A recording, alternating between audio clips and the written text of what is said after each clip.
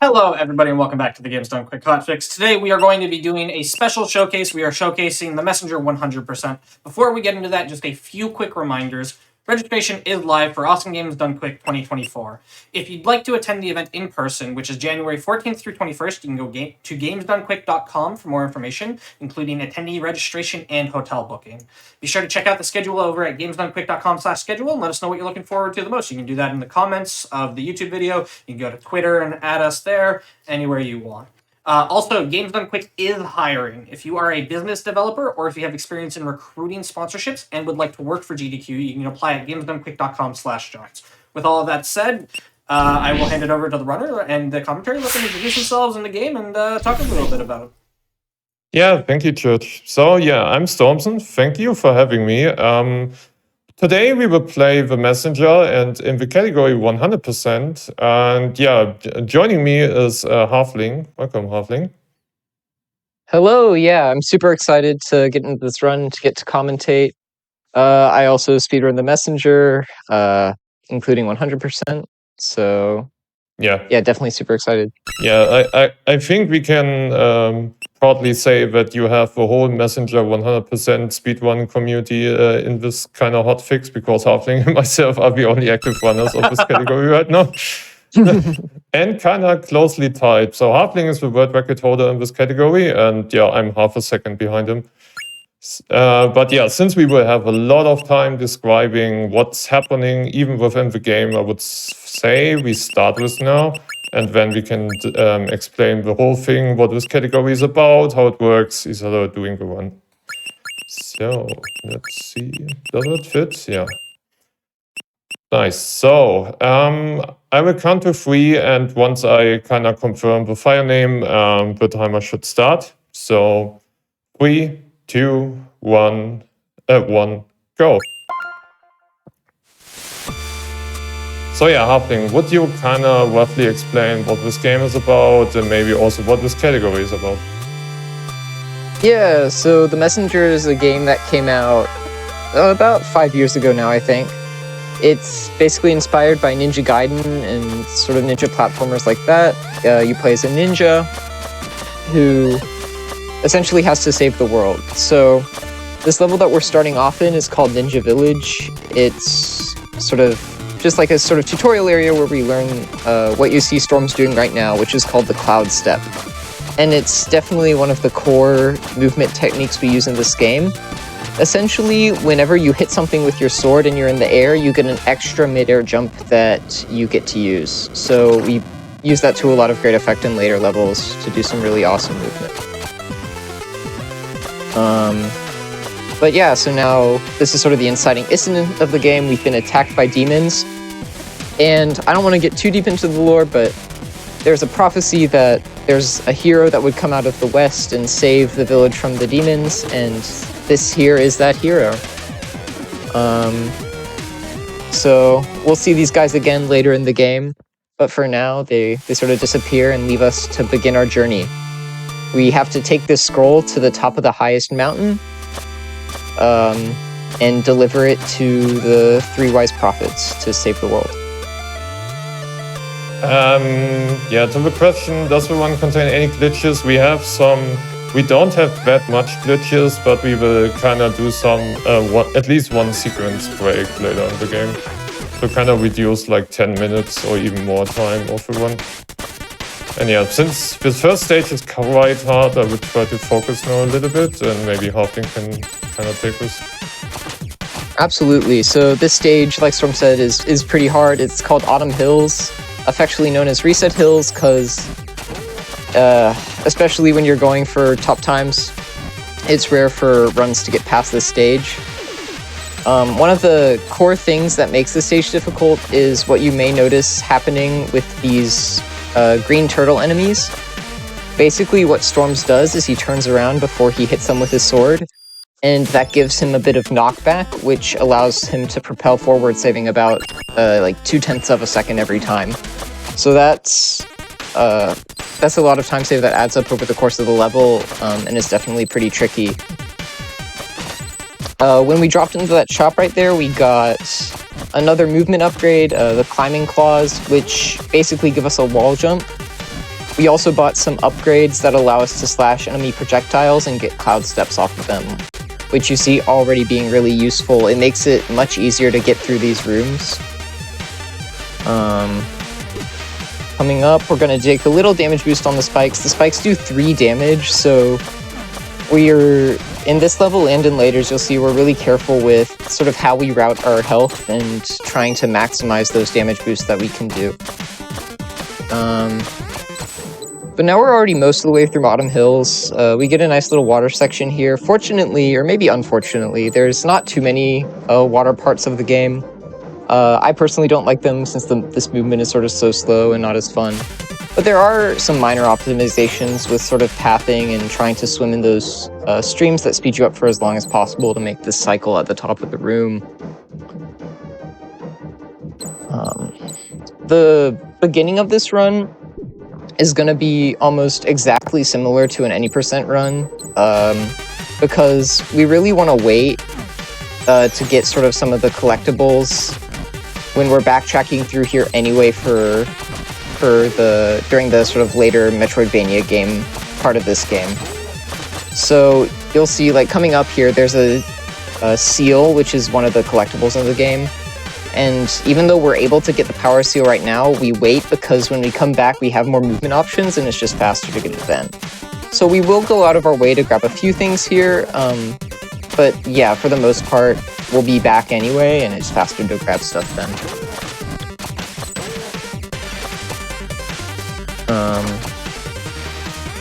Trying to think what else we've got going on here in Autumn Hills. Just a lot of tight movement.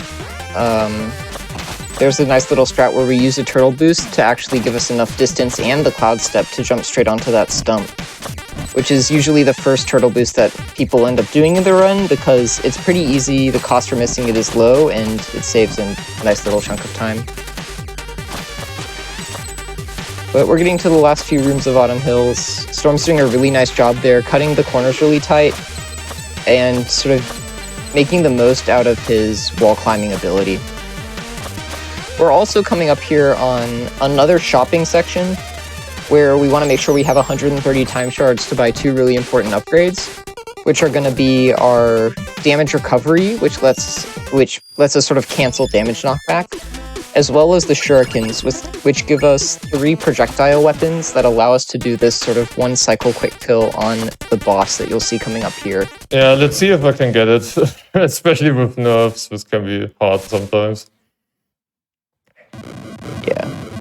But yeah, if we don't get it, it's not that bad. Yeah, so this is Leaf Golem. You have essentially barely enough time. Yeah, nice. So you have barely enough time to get in all the slashes. It takes as many slashes as you can get and all 3 shurikens to kill him. Like Storm said, it's not the most challenging strat, but especially with nerves, it's really easy for your mashing to just drop 1 slash and then you're sort of straight out of luck. Yeah, especially during the later stages, I can talk a little bit more, but yeah, the early game of in the 8-bit part is really, really rough. So we want to avoid dying, and also I need to do a many hard strats that maybe doesn't look that hard, but yeah, like Hotfix said, the early game is really, really reset heavy of this one. Yeah, so the level we just sort of went through for 12 seconds was called Forlorn Temple. We're going to be coming back there. It's more important in the later game because we have to sort of collect some items before the rest of the stage becomes accessible to us. But now we're in Catacombs, which is a super fun stage. It's also super cycle-based. There's lots of rooms that have relatively tight cycles to make. And that can make it really fun because then you're sort of finding strats that let you make the tightest cycle. Here we've got a cool strat that takes use of the fact that when you're underwater, the damage knockback speed is actually faster than your swimming speed. So Storm's damage boosted off those spikes there to get enough speed to cut the cycle instead of having to wait. And coming up here, we're going to see our first collectible. That green thing you see over there on the left is called a power seal.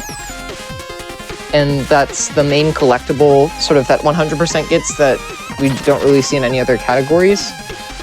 There's 45 of them scattered throughout the game, and they're all sort of in these little mini challenge rooms like you see there, where you sort of have to get past a sort of a more unique and challenging platforming or puzzly obstacle than you see in other parts of the game. Yeah, maybe you can explain why I'm going through Catacombs, what exactly we do need to collect for 100%. Yeah, so maybe like it implies 100%, we basically want to get we're going to get almost everything in the game, basically filling out the entire inventory screen. So that means getting all 45 of those green power sheets, all of those green power seals, excuse me.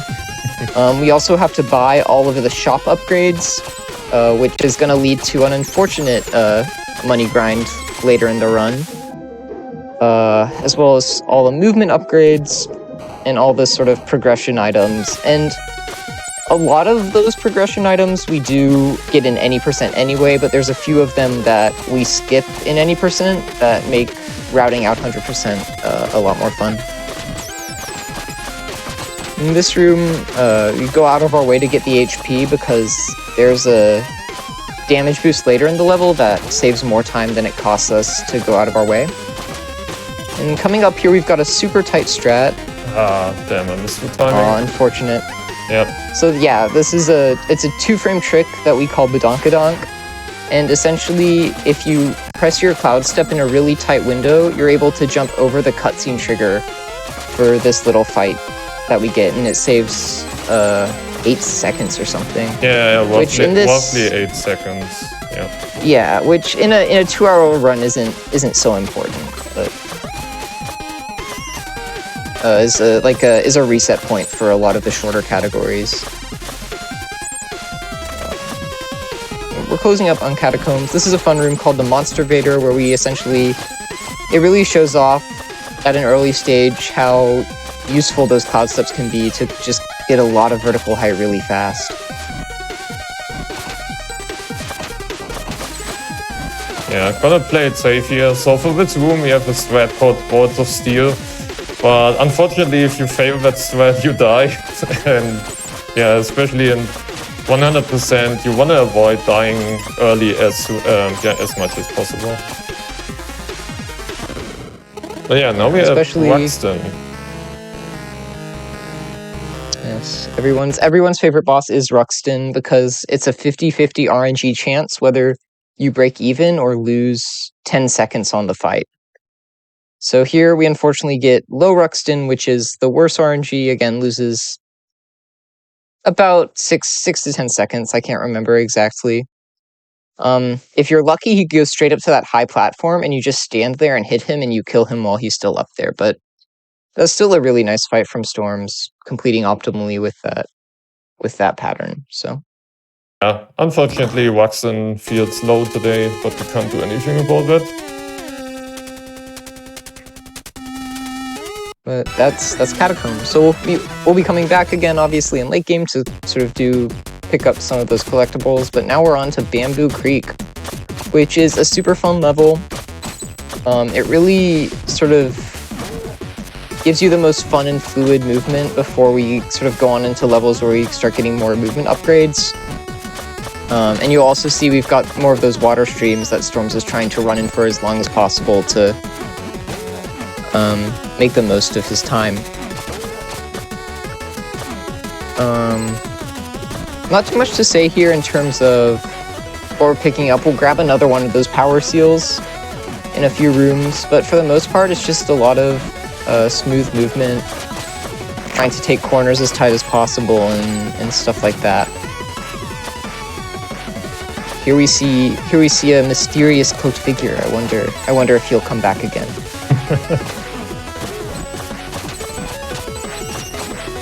The Storm's doing very nicely through Bamboo Creek. No real mistakes. Oh my god. Oh. Nice backup almost with that one tile. Yeah. Fortunately, this room has health. Yeah, the tree room is... Especially we had a tournament this year, it killed so many players.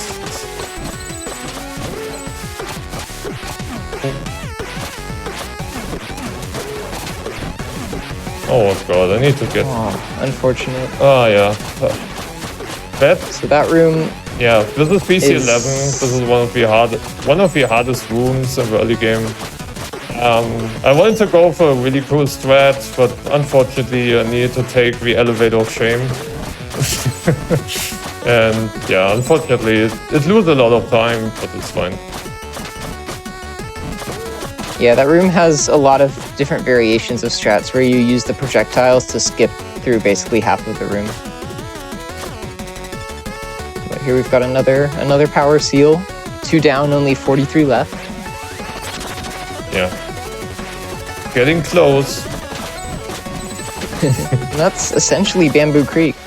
We just got a few more easy rooms here. We go a little bit out of our way too to grab this big time crystal because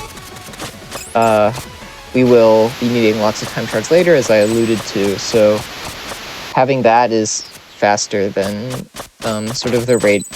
Even though it loses time now, it'll save us time later in the grind. Now we're moving on to Howling Grotto.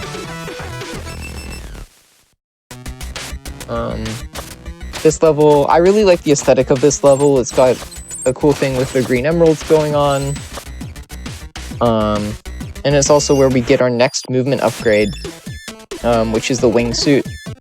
We'll also be going to grabbing a few more shop upgrades, which are a swim boost that lets us dash, sort of get a dash in the water essentially, as well as the wingsuit slash, which lets us slash downward while we're in our wingsuited mode. So you just saw Storm use it twice there.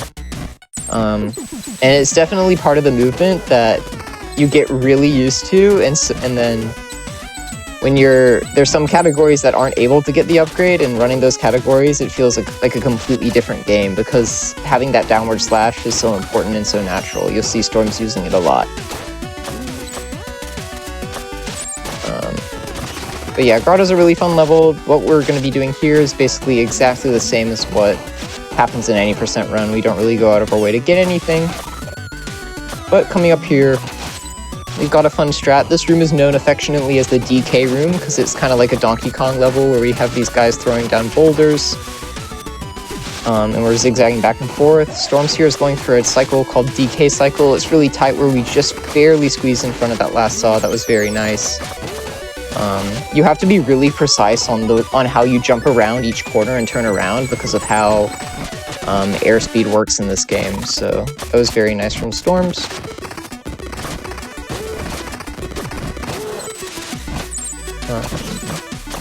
Here's another room I really like. Just using those, I guess not icicles, the stalactites to jump up and get those cloud steps to cut those corners really nicely. Grotto has a lot of these vertically oriented rooms that sort of are designed around the wingsuit feature. So you see how, like, as we sort of continue to gain these movement options, the way the levels are designed really opens up, and sort of the tools in our tuple also open up to let us do some really cool things. Here's a funny room. We have this nice vent, but it's actually faster to climb on the wall instead of riding the vent up. It's very interesting that got put there by the developers because it's really quite useless.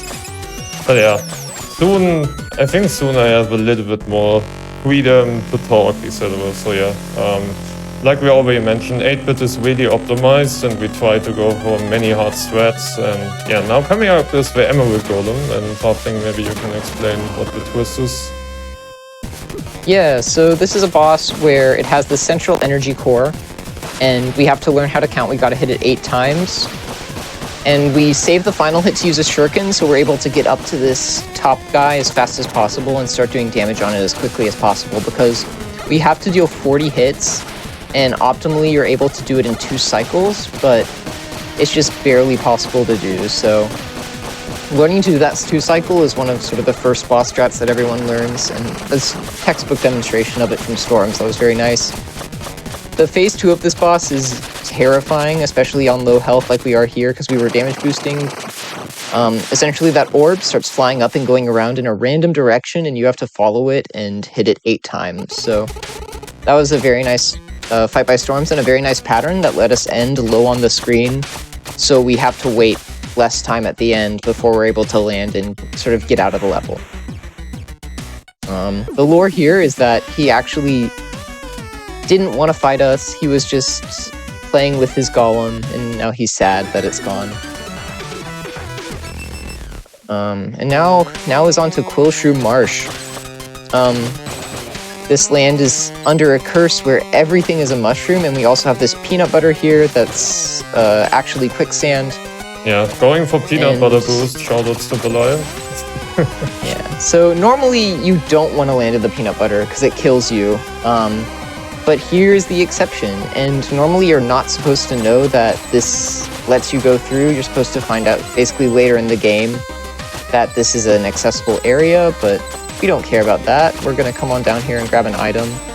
This is one of the items that normally we don't get because we'll see it in effect later, but essentially it tells you the route to get through a maze, but obviously we can just memorize that route in the actual run and don't really need the item. So, but since it's 100%, we're going to collect it anyway.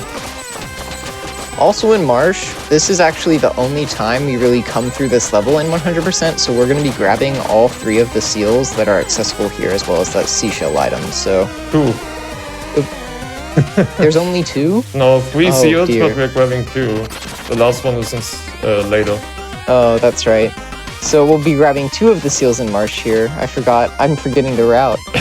Yeah, you're getting washed up. Exactly. This room that we're in right now, though, is called Right Room because it's the longest rightwards room in either the game or in the any percent run. And the strat used to be that you would just hold right, and that was the fastest way to do that. But once turtle boosts were implemented, obviously, we gotta add some turnaround, so it's not exactly a right room anymore. But one other thing you might be noticing is Storm's doing a cool wingsuit tech called Welfares. And what that is essentially the game, when you hit something with your sword while you're in a wingsuit, it gives you a boost because it thinks you're slashing down. So sort of similar to Pogos in Hollow Knight or something, you get a little bit of extra velocity like you see here. However, since your sword slash lingers when you slash normally, if you slash normally and then enter into a wingsuit, you still get that upward velocity, which lets us do some things we wouldn't get to do otherwise, which is really cool.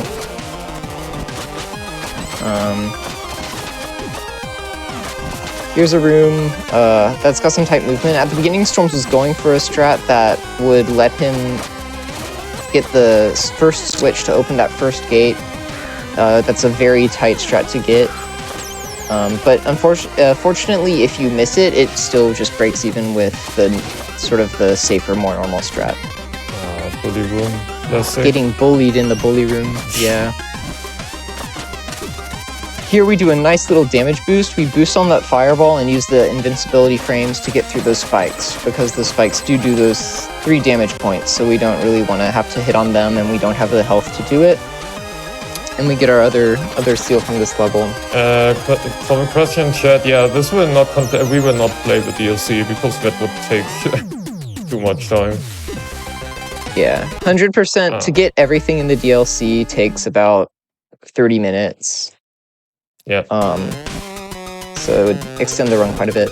So yeah, here we were going for yeah, we tried to go backwards without dying, but to get that, it's pretty tight, and sometimes if you get a bad kind of damage recovery, it's not possible at all. So dying here is not bad, but yeah, of course it saves a couple of seconds over not dying, especially due to the boss in this area, because if you die before that, you get a extended cutscene that kind of costs us a couple of seconds. Yeah, originally there was actually just an intentional death warp from the end of from where the seal is, but since we figured out that, hey, it's actually faster if we are able to make this tight damage boost through the spikes. And here we have the Queen of Quills. This is a really tough boss fight that is also RNG dependent. She can go to either the left set of rings on the top or the right spot of rings on the top, so you have to react to it.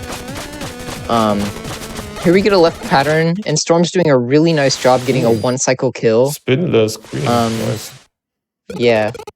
So there's a number, much like some of the other bosses that we'll see in this game. There's a number of ways to do it, and Storm's went for basically the fastest and most optimal way, which bears the risk of entering her whips phase, but otherwise it basically skips everything, and you're just doing non-stop damage.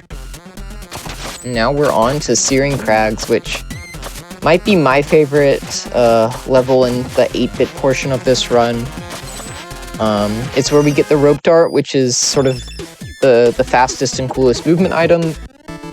And it's a really hard stage casually, and it can feel really awkward, but once you're sort of learn the strats, it flows really nicely between one room and the next, and you're able to just fly through it. So yeah, like I said, this is where we get the rope dart, and you see Storm's using it almost everywhere. Our mantra in the community is rope dart everything, because it is just such a fast item that lets you zoom forward. So trying to get sort of rope darts from the longest range as possible on all of these lanterns is big, and doing these things called Hansons, which is where we rope dart sort of the bottom edge of a wall. And originally we thought that was slower, but there was a runner called Hanson who sort of started doing it, and we realized that it is indeed very fast. Here what Storms is doing might look a little strange, but it's called leashing, and essentially you attach yourself to an enemy with your rope dart, and then it lets the enemy come between screens, which normally isn't possible. And by doing that, we're able to use a cloud step from that bird to get up to this room, which we normally wouldn't be able to, and collect a music note, which is... there's 6 music notes in the game that you need to unlock the final level. And as you can tell, they're not really supposed to be accessible right now. They're completely invisible. There's no sprites for them in 8-bit. But with that, we're able to get it and skip a long section later in the run, as well as quite a lengthy cutscene. Yeah, I've forgotten how long the note cutscenes take. I think it's kind of like 20, 30 seconds. Yeah, the cutscenes for collecting the notes are 20 seconds. Mm-hmm. And then also to enter the area where the note is in this level, you have to talk to some NPCs, and they have to like walk over and talk to each other, and it takes a really long time. Honestly, longer than it would take if we could just instantly get there and go through all the rooms. So,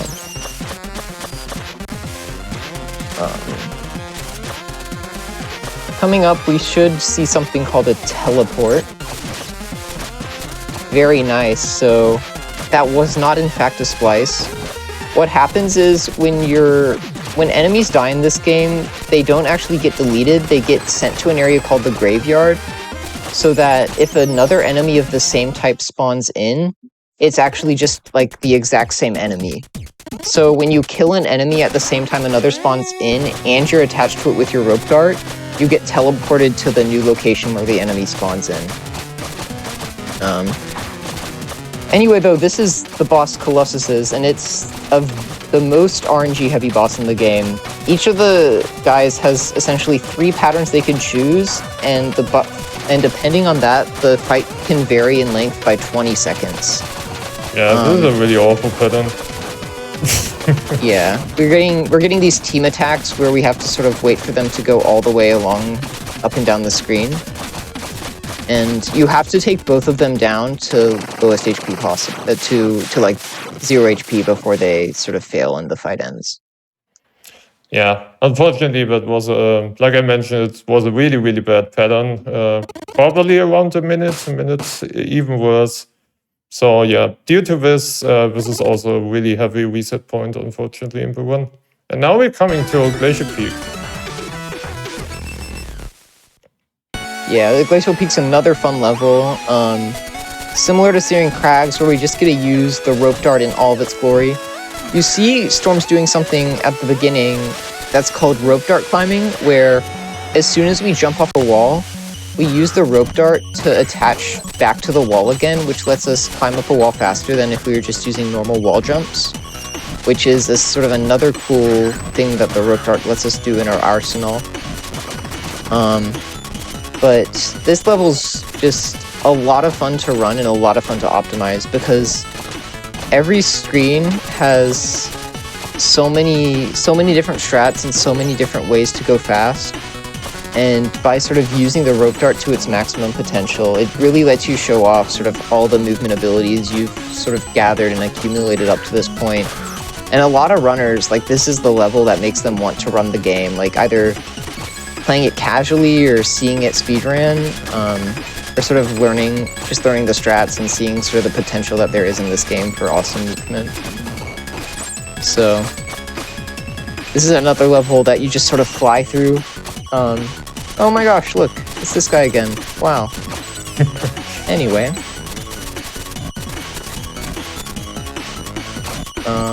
But yeah, so we're almost done with Glacial Peak. There's only a few rooms left. Storm's making quick work of it. Ooh, I didn't get the one side, that's new. Close. Here we've got another teleport, just like the one we saw in Searing Crags, using that orange enemy there. And we'll see a few more of those throughout the run.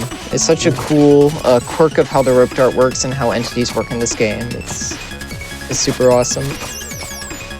And we've made it. We're at the top of the mountain. We delivered the scroll. The run is over, guys. We accomplished our quest. Yeah, because I'm just reading it in chat, so if you don't know the game at all, the Messenger was developed by Sabotage, and Sabotage is a French-Canadian development studio, or game studio, however you want to call it. And recently Sabotage created and released Sea of Stars, a Chrono Trigger-inspired RPG, old-school RPG. And Sea of Stars is the prequel to this game, so the stories are kind of connected to each other. And yeah, if you haven't checked it out, either play The Messenger or play Sea of Stars, both really awesome games.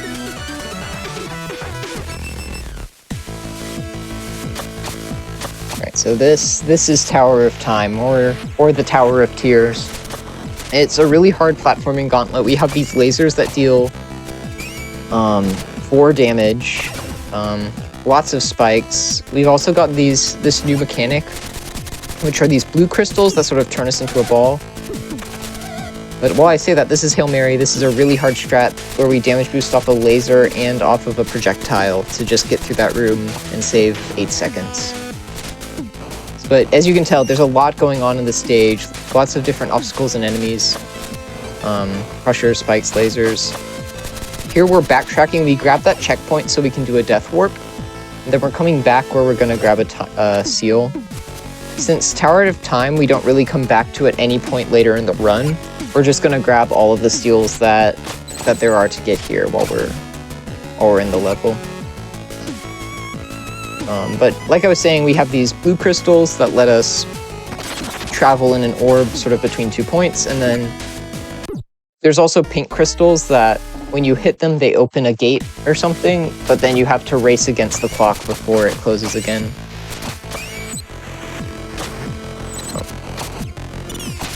Got another little damage boost here using that whiz rope and the invincibility frames to get through the laser instead of having to wait on a cycle.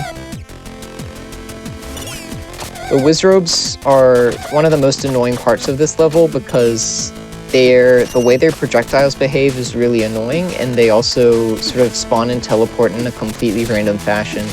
So depending on the room, you can get completely screwed over by what they decide to do. Definitely have killed a few runs for me. Ooh, okay. That has never happened before. That's not too bad of a death. Yeah. You can get to show off this levy special again, which is where we're able to skip a cycle on those moving platforms. But here we're going to see something called crystal abuse, or sort of slash manipulation, which takes advantage of the fact that when you're clinging to a wall, your slash actually extends further out than it does normally. So if you slash and then quickly turn around, your slash can go all the way through a wall and hit a crystal on the other side that you wouldn't really normally be able to reach.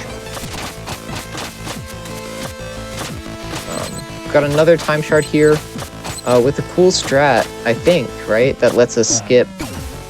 Oh. Yeah, it's pretty rough. So yeah, recently we found out that you can skip one of these crystals, but getting that jump with the max height without losing time is pretty hard. Yeah, it's super tight. And yeah, Here we do a death warp because this next room is super cycle based anyway. yeah, So it's faster to get back here and start the cycle as soon as possible, because if you see that spike platform on the right, even if we came into the room, we still have to wait for it to come all the way to the bottom. So getting it moving as fast as possible is the priority. yeah. And since we didn't get any HP drops, unfortunately, we can't damage boost through the lasers.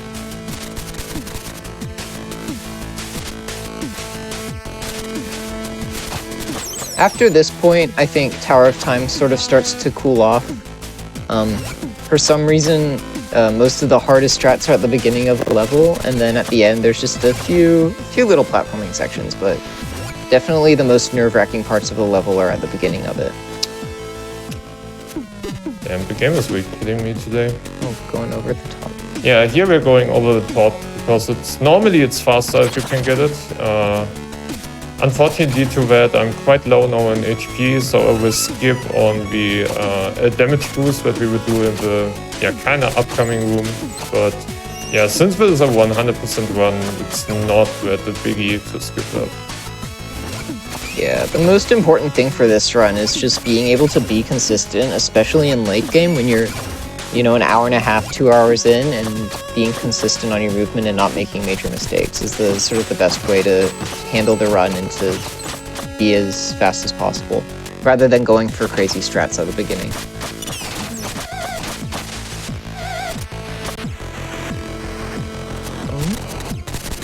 That about wraps up Tower. Here's a room where it's called the Time Waster room because we essentially wait and we just slash these crystals, wait some more, keep slashing. And we get to skip one set of crystals at the end by doing that slash manip I was talking about. Just going straight through the wall there. Of course, now we get the HP drop, but this game is joking with you sometimes. Yeah, so every time you die, a health lantern will spawn randomly in one of the, or a health bottle will spawn randomly in one of the lanterns. And sometimes it's close and sometimes it's in a useless location.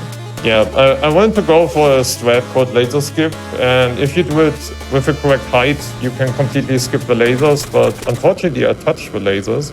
So now for the Arcane Golem, kind of the last boss of 8-bit, I need to be extra careful and hope I don't die. Let's see. Yeah, rope.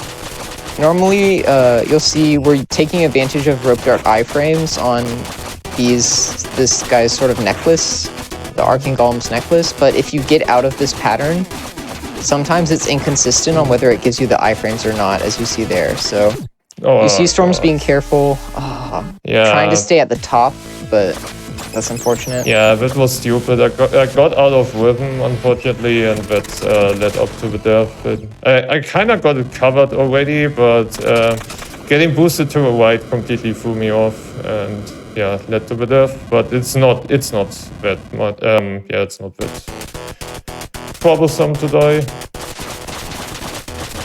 Yes, now's a good point too to talk about sort of rope dart damage.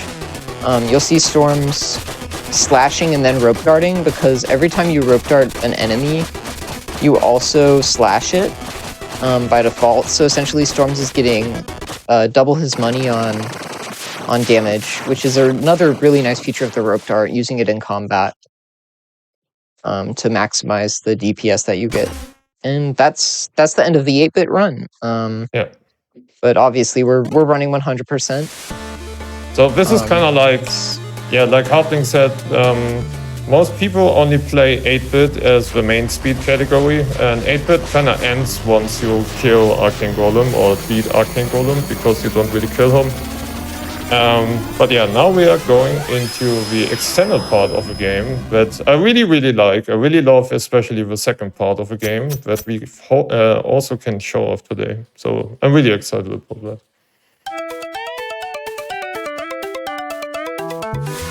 And yeah, we traveled through time now. So the blue ropes kind of told us lore-wise, hey, Ninja, just jump into that big hole. And we are in the future now, and we have kind of like 16-bit graphics. And we have a hat. yeah, so we got our graphics upgrade, the music upgrade, and essentially basically revamping the aesthetic of the game, which is really fun and feels really fresh after going through 8-bit. And it feels like the level really opens up and you get to see open air again. So it's very bright, very fun level. Also a very long level compared to sort of the ones you've been playing prior.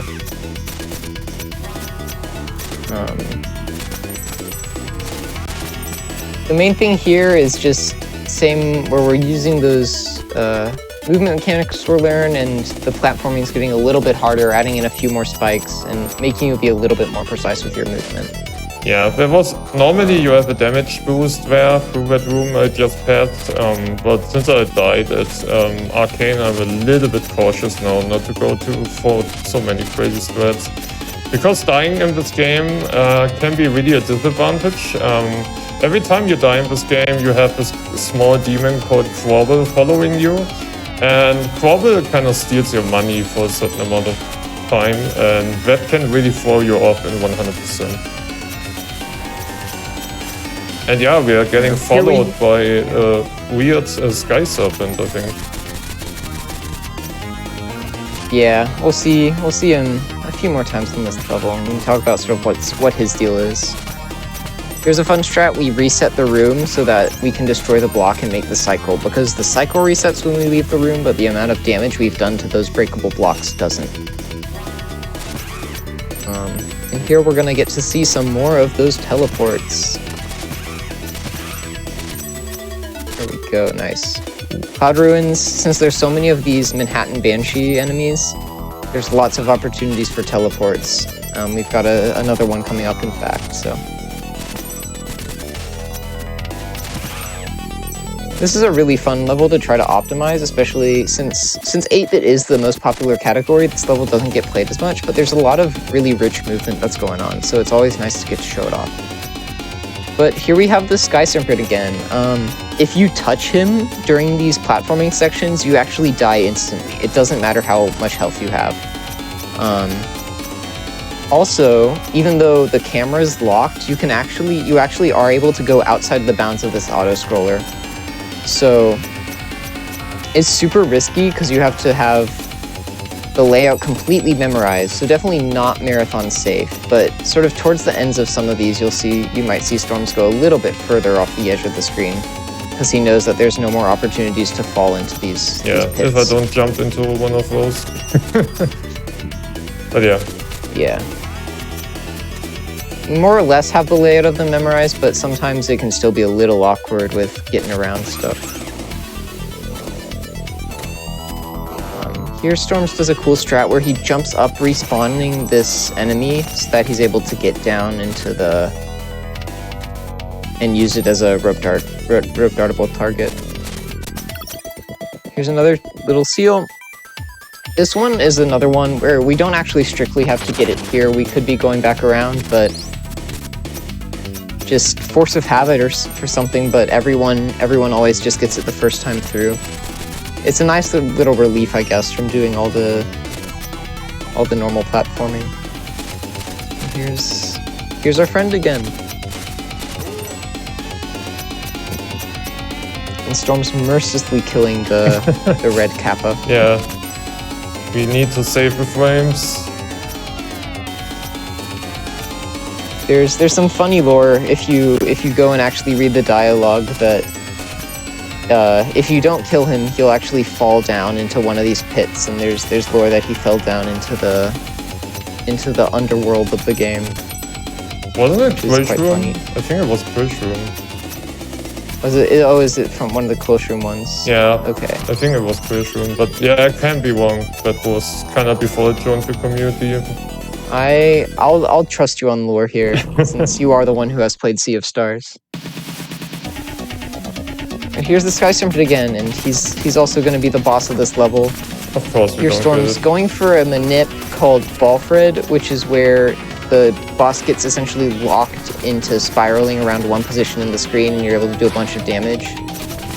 So it's kind of, it saves so much time on this fight, because otherwise you have to deal with all of this versus doing essentially non-stop damage to him. So Storms is doing a pretty good job of trying to corral him with his rope dart.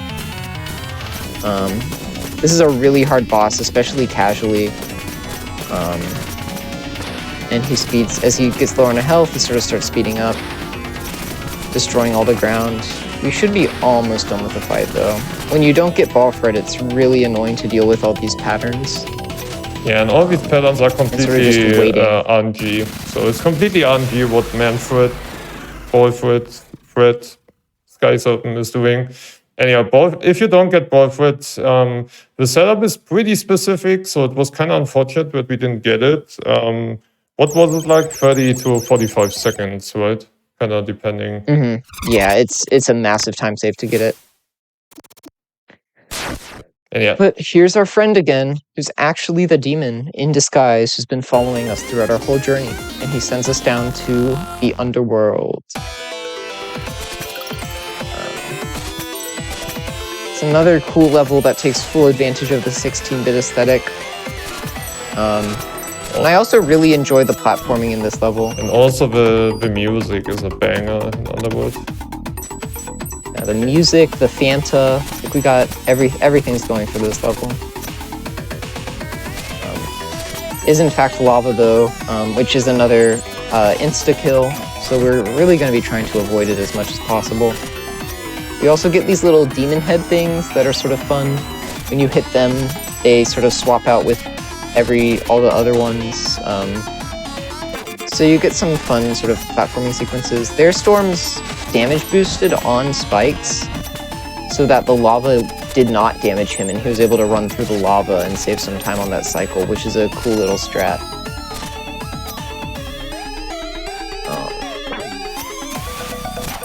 Another use of iframes there, using that Scuba Brew to walk through that spike unscathed.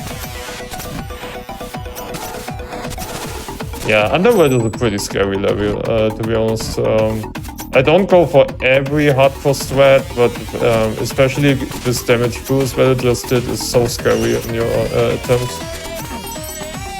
Yeah, there's lots of places to take damage, or where like you'll take a damage boost and then there's one spot where if you mess something up or get caught up, you just die. So Storm's doing a really good job in fact of not dying and going really fast through this level. In this room, you're supposed to be being chased by lava, and it's a very, very dramatic section, but we're just too fast. So we see it at the beginning of the room and never again. Got this nice glider room. This is reminiscent of sort of what we were seeing in Howling Grotto, but since we know where we're going, we can just sort of jump down recklessly and just knowing where stuff is. Got another seal coming up. We gotta wait for this lava to reseed. And a nice little skip there, just barely squeezing through that gap. And that's the 10th seed we've gotten. 10th seal we've gotten, rather. So, making some good progress, even though we haven't even made it to the Metroidvania portion. Now you spoiled everything. I think I'd already alluded said to it. Unfortunately, yeah. You spoiled with 100%. It's hard not to. So here we have the big boss fight against Barmathazel. Another fight that's really hard casually. It took me probably multiple hours to get past this guy. But turns out you can actually just lock him in the corner here. What the fuck are you doing? In theory. Yeah, he's behaving weird today. It's alright. Because what you're able to do here is when you throw a shuriken, it resets his stagger. So you're able to do a bunch of damage on him while he just sort of stands in the middle. And kill him pretty easily. Yeah, but he was very generous on the pattern. So even I messed up the ultimate quick kill, you could kind of say. He gave us a really good pattern, so we got at least an extended quick kill.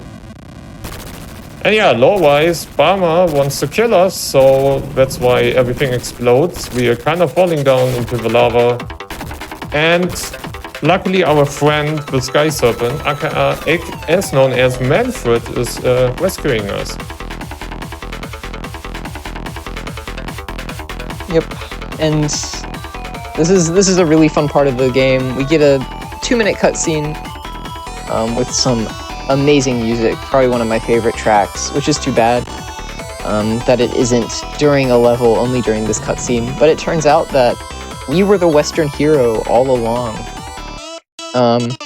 Essentially, the idea is that the demons sort of locked the humans in this endless cycle that was doomed to repeat, where they just kept, every 500 years a new Western hero would come and the human civilization would be destroyed and they'd have to send another messenger. And so that means that we get to become the new shopkeeper. Yeah, it was also funny doing the cutscene. Ninja killed 2 fire cappers. And normally, or at least the developers intended that you don't receive any drops like shards or health, etc. doing those cutscenes. But I think that was never fixed or was kind of left in the game. So we got an HP drop and 1 time shot during the cutscene. It's always funny if you get stuff like those. Yeah. The cutscene uses a different color palette, so stuff end up, like, if you get different drops, they end up looking really weird. Like normally health is green, but that one was yellow because of the shifted color palette, which is fun. But yeah, we are done with the, you could kind of say, the linear part of the game, and that's also why the category was called, or is still called, linear. And we are opening up now the whole game to a Metroidvania style, and this is kind of like where our second task will begin, and that's why we call this part Second Quest. And Second Quest is a lot now going back and forth. Since we're speedrunning, we are not really backtracking that much, so we optimize the route pretty heavily to only visit most of the areas once. But yeah, so going into Second Quest and opening up the Metroidvania. And also, if you haven't played the game, or if you love randomizers, maybe a shout out to the Archipelago randomizer for the Messenger that got released, I think it was a couple of months ago. Pretty awesome way to get introduced into this game, and also randomizers are fun, and honestly speaking, the randomizer of Messenger is really, really good. So if you haven't played that, try it out with your friends. It's really fun.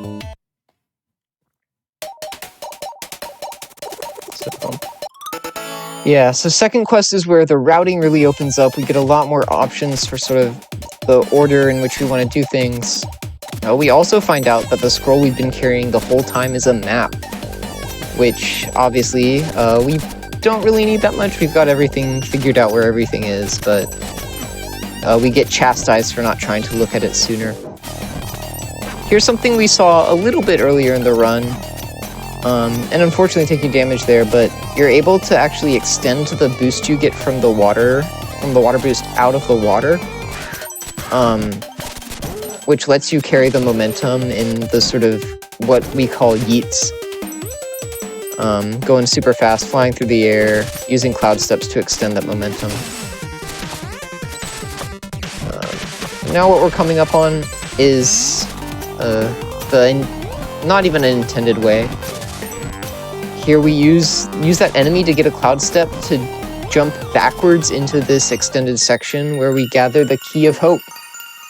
And this is sort of what we were doing in Crags is supposed to look like, where we sit through this cutscene and we collect this music note. But like I was saying, these only actually exist in 16-bit, so it looks very strange in the sequence break portion. So we skip through a big section of platforming to go up and get that. And now we keep backtracking because there's a few more things we need to get here. The any % runs is able to skip all of this for a number of reasons, but we gotta come back and get this other power seal. We need the seals. Using a nice damage boost. We do need all the seals. It's also fun. I really enjoy getting to see these levels reimagined in the 16-bit style with sort of added obstacles. And also getting to revisit it with all the new movement you have and getting to do stuff like this. Yeah, we can do Where the we- yeet. The yeet to Ninja Village is one of the coolest strats you can show off in 100%. Yeah, absolutely. Completely extending the momentum you get off of that rope dart ring until the end of the stage. And this is Ninja Village. We'll have a seal here.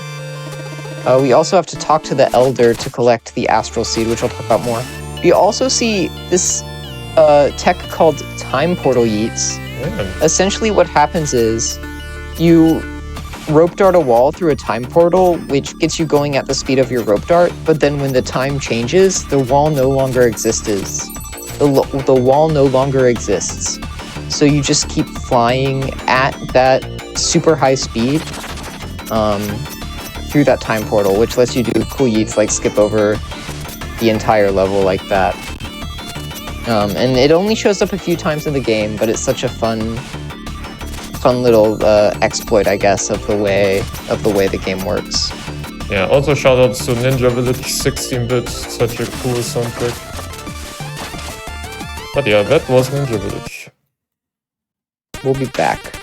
Yeah, unfortunately we need to go back once more.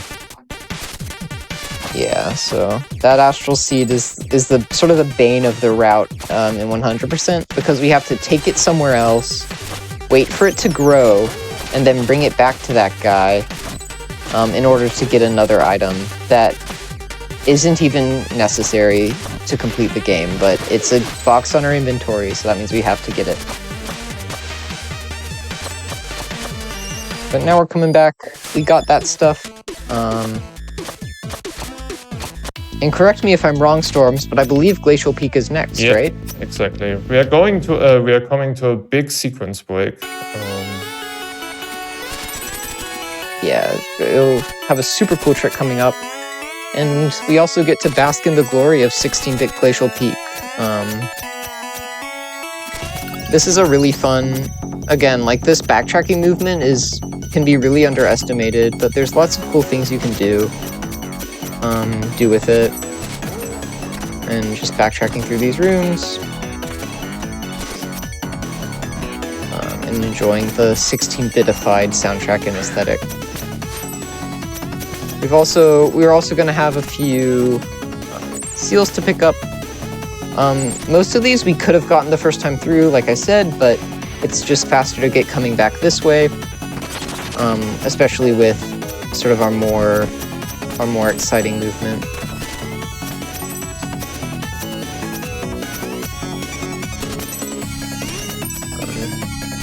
Anything to add here, Storms? Not anything you really. particularly enjoy? So I'm really sorry if I can't keep up with chat and all of that, but I really need to focus on this game. But yeah, Halfling is explaining everything I'm doing very, very well. So really appreciate it. Yeah, there's a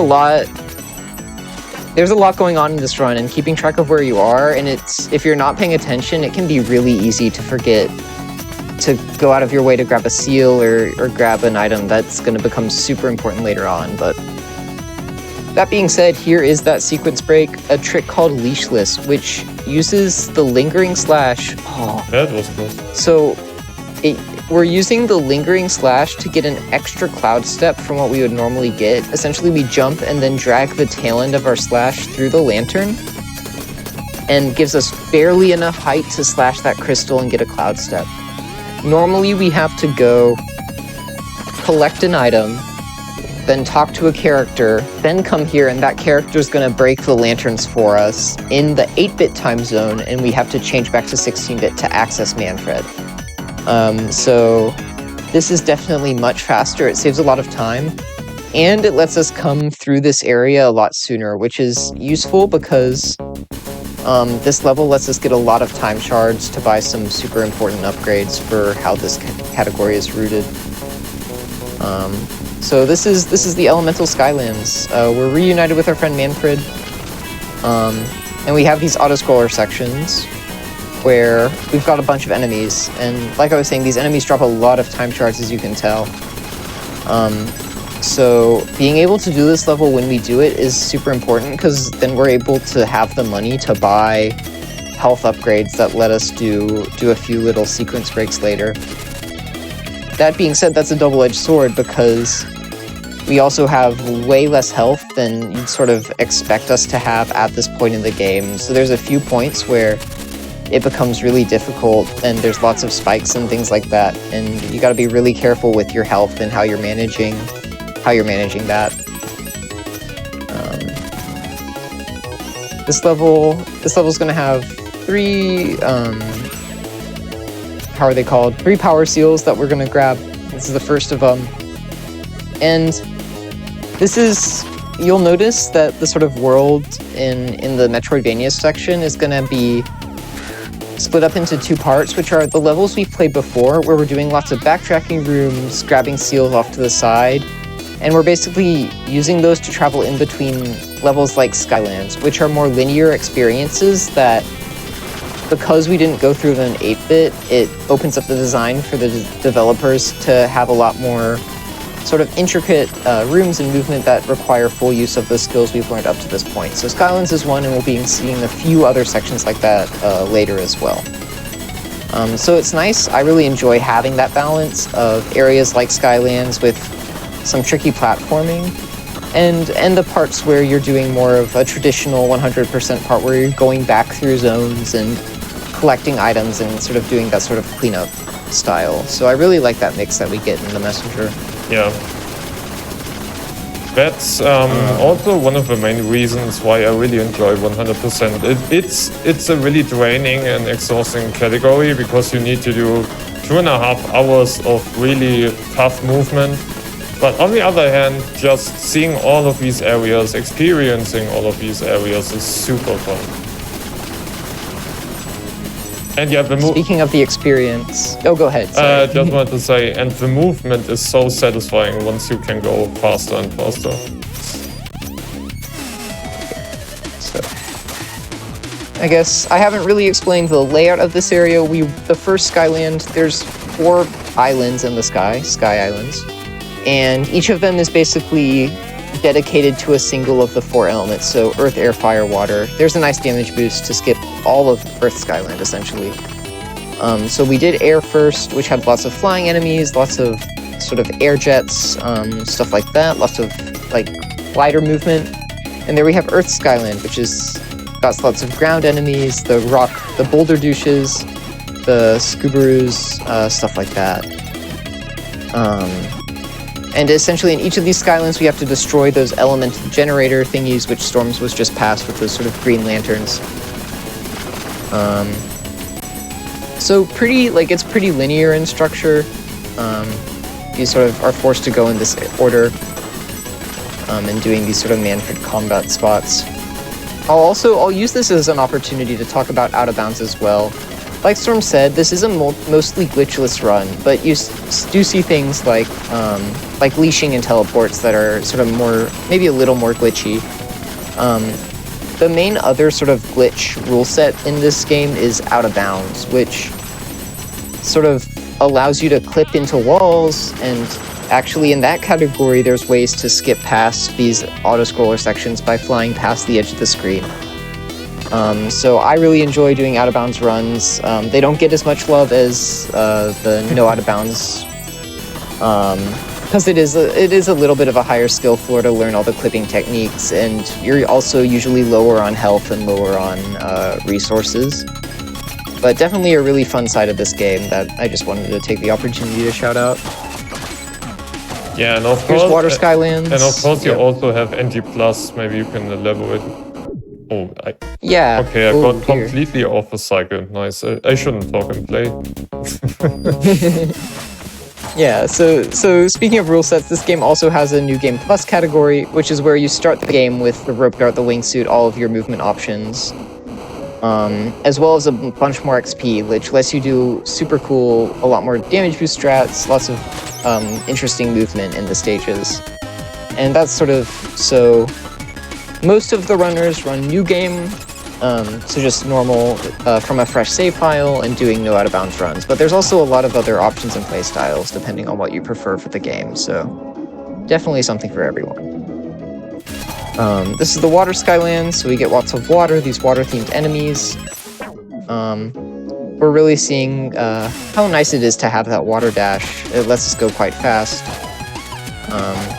Here's a little bit of a sequence break where we use the cloud step to just climb up the left side of the room. Normally you're supposed to zigzag back and forth and change the time portals a bunch, but taking full advantage of sort of our whole arsenal to get through it as fast as possible.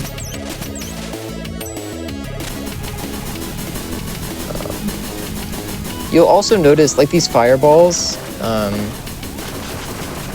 every single one of those Storms is having to mash his A button.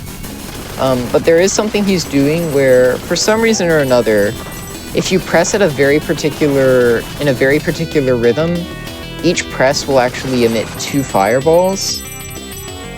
So, especially, like, when you're not... Some people, like, for example, Grandius, shoutouts, who has had the 8-bit record in this game for super long periods of time and is very good at the game, is able to mash insanely fast. And so his DPS output with Manfred is really high, but for us mere mortals,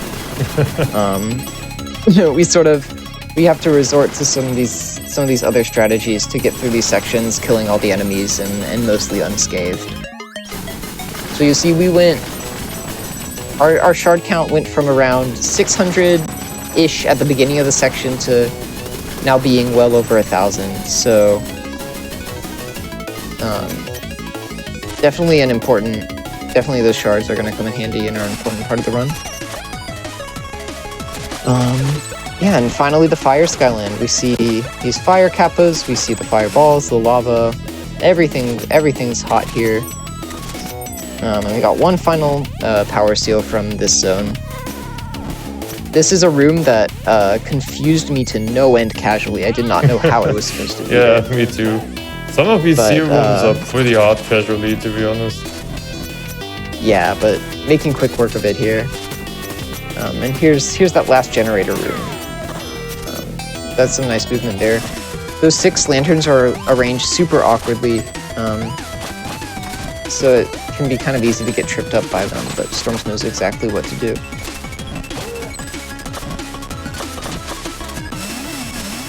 Let's see here. Here Storms is going for another one of those time portal yeets, but you'll notice... Oh, almost getting it. Nice. That one's a little bit more awkward to set up because of how you sort of end up on that wall.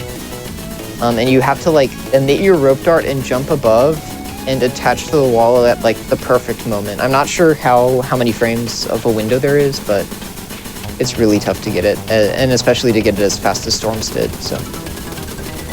And here's the boss of this zone, the Clockwork Concierge. Here's the map. We do actually get to look at it. Essentially what happens is when you open the map, your bullets keep damaging the boss, but the boss's projectiles stop updating. So that means that, first of all, like, our fireballs aren't getting wasted damaging projectiles. Everything's going directly into the boss. And additionally, we don't have to worry as much about taking damage because the game's essentially paused. So when that sort of got discovered as something we could do, it made the fight so much easier. Because you're just sort of able to sit and you learn that it takes about 5 to 10 seconds to take out the head, and then you don't have to worry about dodging projectiles and doing all of that. So it's a really nice oversight, I guess, that makes this fight not too bad. Yeah, I can't even imagine doing this fight normally in a speedrun, to be honest.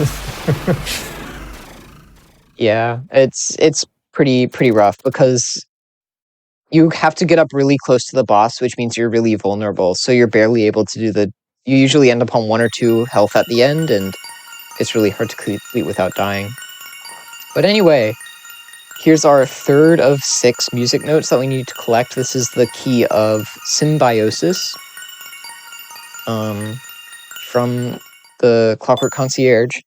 Like Manfred, he was under the demon's evil spell, and by defeating him, we were able to shock him out of his vigor, or out of his stupor, and win him over to our side.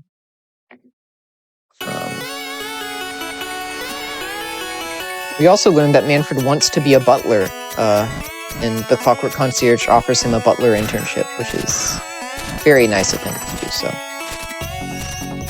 But now that that's done, we get more of that sort of more backtracking, cleanup style of gameplay. We're gonna go grab this power seal here, and another one in Glacial Peak. And just keep on moving through the run. We're making great time here. Yeah. So as you'll see, depending on the area, there's either going to be a lot different with it, or it might just be a reskin in 16-bit, depending on how the room was designed originally. Here's another power seal, where we're gonna be doing a death warp, which is why Storms took damage on those spikes, so that he was ready to just instantly die here. Yeah, also this room is casually super hard. I think I died like 100 times in that. Yeah, when you don't understand how the climbing claws exactly work, it can be very confusing, and you can stick to walls randomly. But the reason we did that death warp is so that we are able to change back into 8-bit because of that astral seed that we collected back in Ninja Village from the sensei. And that's because we need to plant it here in the 8-bit time zone, then be able to go collect it in 16-bit, and then deliver it back to him. So in some older routes, you would get here in 16-bit and go like up and down and up this room what seemed like 10 different times. Here we're just gonna run down and pop back up, so it's not quite as agonizing. But we really get the full experience of this last room in Crags in the 100% speedrun. 8-bit, 16-bit, upwards, downwards, you see it all. Yeah.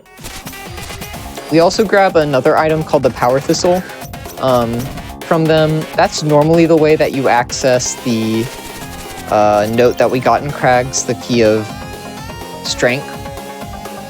But now we don't really need it for that, we just need it to fill out the inventory slot.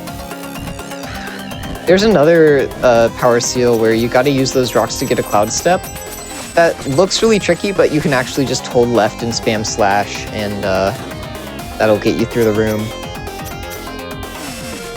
Yeah, we also hop down. Maybe a huge info for the randomizer, if you want to do. Yeah, if you're playing randomizer, that's very good to know.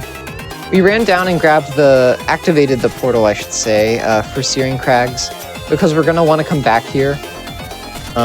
We get there's 6 portals in total. We get access to 3 of them by default, but there's some that we need to sort of find and activate in order to be able to use them in the Tower of Time. So we do that now so that we don't have to sort of come a long route later in the run, and it works out to be faster.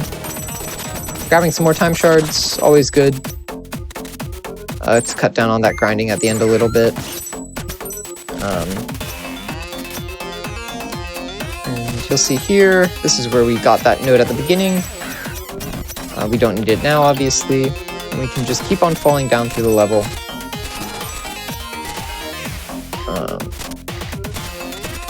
We basically have to come all the way back to the beginning of Crags because there's just one power seal, and we're going to collect that power seal and just dip out. Yeah. Unfortunately, I need to collect 3 HP because I accidentally got damaged in the spikes, but that's fine. You kind of have to damage boost to this to get this one, otherwise you gotta wait a long time for these cycles to line up. Unfortunately, there's a few seals like this one where you just sort of have no other option than to backtrack all the way to this dead end and grab it before coming back. But now that's done, and we're back at our shop, coming back to the headquarters. And you can see above us that Searing Crags portal is now open. Yeah. Even in the portal room, we have slightly optimized movement. Every single frame counts, you know. But now we're coming back to Ninja Village because we collected the astral tea leaves, and we're going to return them to the village elder to collect the candle. And what the candle does is it lets us see in dark rooms. And even though we're more than capable of memorizing the layout of the single dark section in the game, because it is 100%, we've got to get it anyway. Any percent just does the room blind. But for us, it's nice because we have to get it anyway, so since we get it before the section, we're able to play the section a little bit riskier and save a little bit of time there. And it means we don't have to memorize quite as much.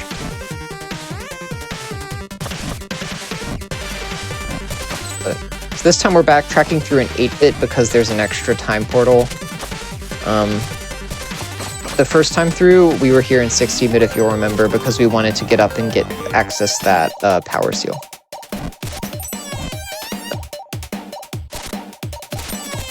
Back through, we get to see the beautiful autumn hills yet again. Yay! Very nice. Yeah, this is the most fun part of the run.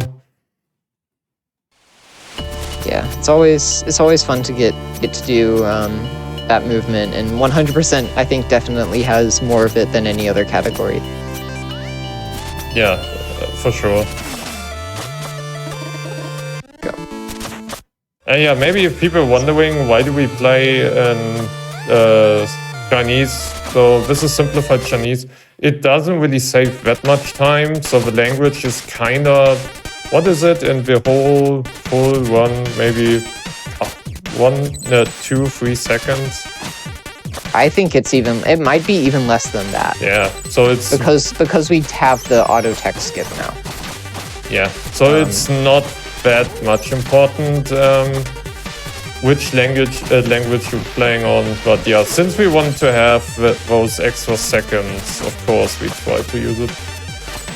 Yeah, a little bit more explanation. Originally, runners had to actually manually mash through all the text, but the developers are lovely, and so they added in a feature where if you hold down the jump and tabby key, the Lightfoot tabby key at the same time, the text just scrolls through automatically. And the only place, I believe, where simplified Chinese is faster than any other language is on text boxes that only contain a single ellipsis character, like the ... Because in simplified Chinese, that's one icon, and in English and all the other fonts that they use, it's 3. So only in that case are the text box skipped faster. Here we have more backtracking. We've got to go to the end of Grotto and be specifically in the 8-bit time frame in order to then transition correctly, in order to have access to this part of Grotto and then be able to transition to 16-bit to grab a power seal that's only accessible there. So another one of those slightly annoying backtracks. Skipping the checkpoint there, though, so that we're able to death warp out of here and not have to run back through this section. Storms is also being brave and not picking up the HP at the top of the room, so this isn't that hard of a section though, so we'll be fine. Yeah, I don't trust myself. I did that. So we used to do this differently, but recently we found out that if you just damage yourself beforehand, you can even die quicker and use a faster death warp. So that's why I don't pick up the HP. Yeah, dying to the spikes is faster than having to wait for the crushers to suffocate you, so. Storm's nice. That's a really tight cycle skip where you just barely roped out under that crusher. Speeds up that room a lot. And yeah, thank you for all the people in the chat wishing me good luck with it. I really appreciate everyone in the chat.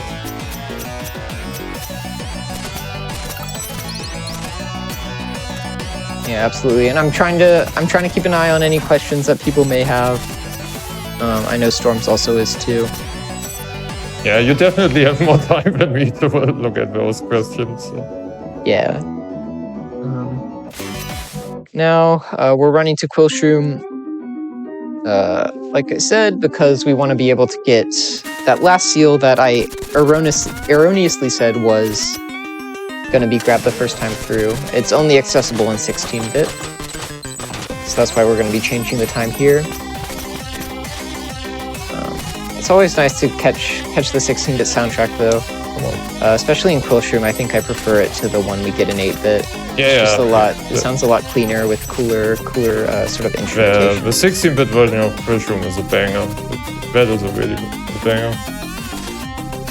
I mean, basically every track of the soundtrack is a banger, but Yeah.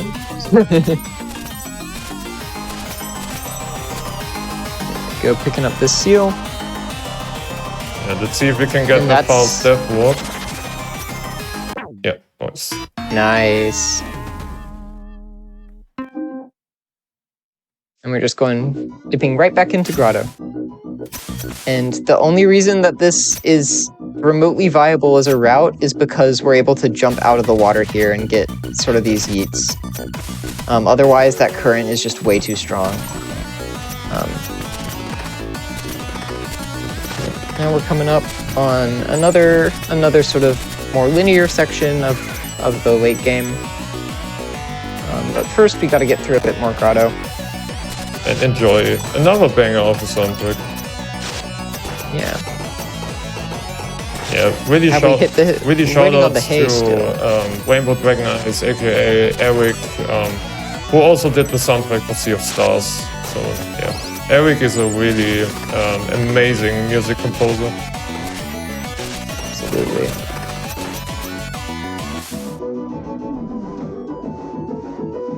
Oh yeah, I'm sorry, I didn't want to interrupt you, Hawker. No, you're good. Yeah.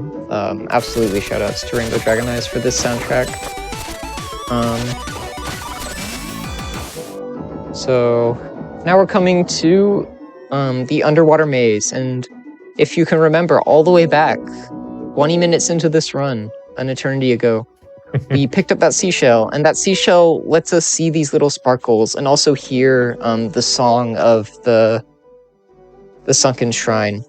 But this route doesn't change, so in any percent, you don't grab it because you just memorize where to go. Exactly. This is kind of... And it is... Yeah, this is related to Yeah. the Lost Woods in Ocarina of Time. And I think in the developer code it's even called Lost Woods. Yeah, and in the files it's called Lost Woods, which is very funny. There's a few interesting variable names. For example, the rope dart in the files is called a grapple, but then the game explicitly states that it's not a grappling hook, and that it is in fact a rope dart. Here we have first try, nice. So this is a trick called backdoor tabby. It requires a one-tile wall jump, which is really precise, and you also have to do it kick boosted. But it lets, and I'll talk about kick boost in a bit when we have more time. But what it lets us do is get this ability that lets us walk on water much sooner. And for a while, we actually didn't think it was faster for 100%, because you have to go up to the section that you would normally have to play anyway. But Storms actually put in the work and timed it and realized that it actually saves quite a bit of time to be able to do it. So, this is a relatively new innovation. It's also pretty super hard, cool. but yeah. It's quite a tough trick, but definitely worth the time save.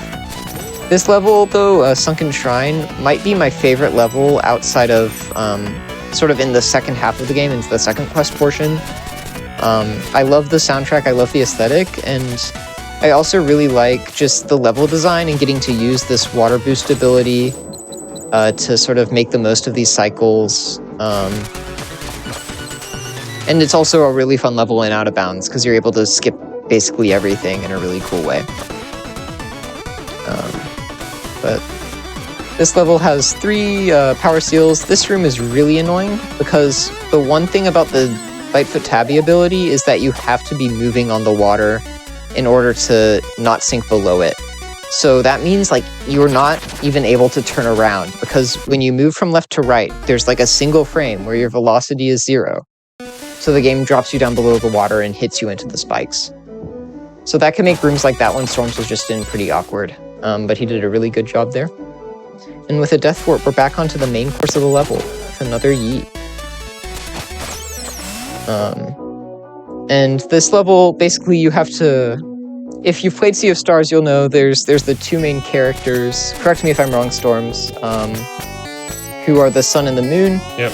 And in this level, we have to grab the sun crest and the moon crest to unlock the final door that gives us their music note.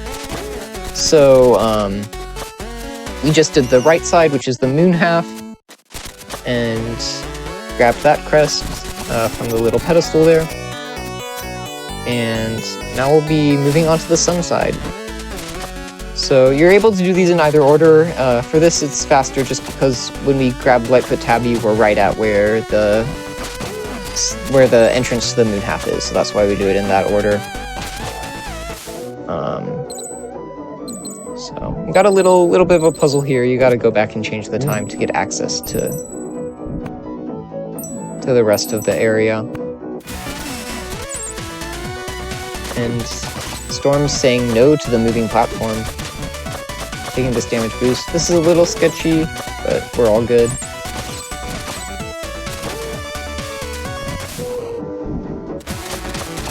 Here's another fun thing. The slash hitbox actually extends far up enough that you don't have to go over to the left there to hit them. You can just cling to the wall and deal with those blocks.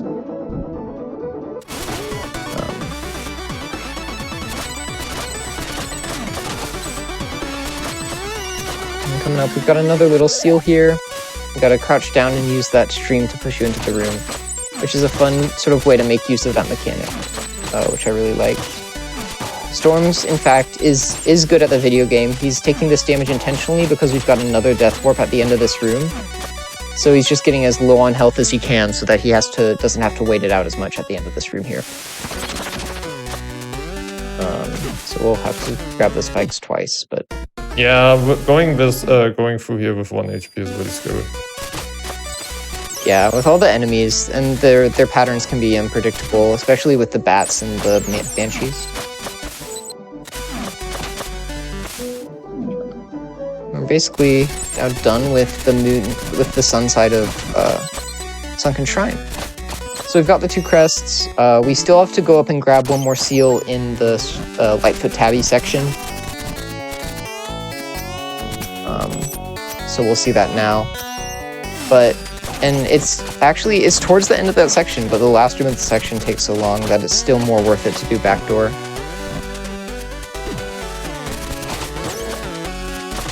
I should also mention the upgrades we bought before this area, thanks to our money from Skylands, were increasing our health and also making it so that things like spikes do 1 less hit of damage to us. Yeah.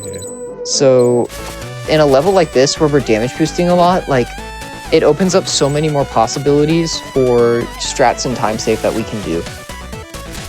So it's something that's really nice to have. Here, Storms is skipping this checkpoint because, as you can guess, it's another death warp. And that's part of and that's what's needed to make this be faster. Because if we went to the left in that room we just left, we would be at that Tabby item. So staying on 2 HP to make this be a super quick death warp back to the door where we can grab the music note. Yeah, and since we have a little bit off time now due to a cutscene, stay hydrated. So if you haven't drank any, or if you didn't hydrate it yet, please do. Yeah, shoutouts to water. Hydration is very important. So yeah, even I would do this now.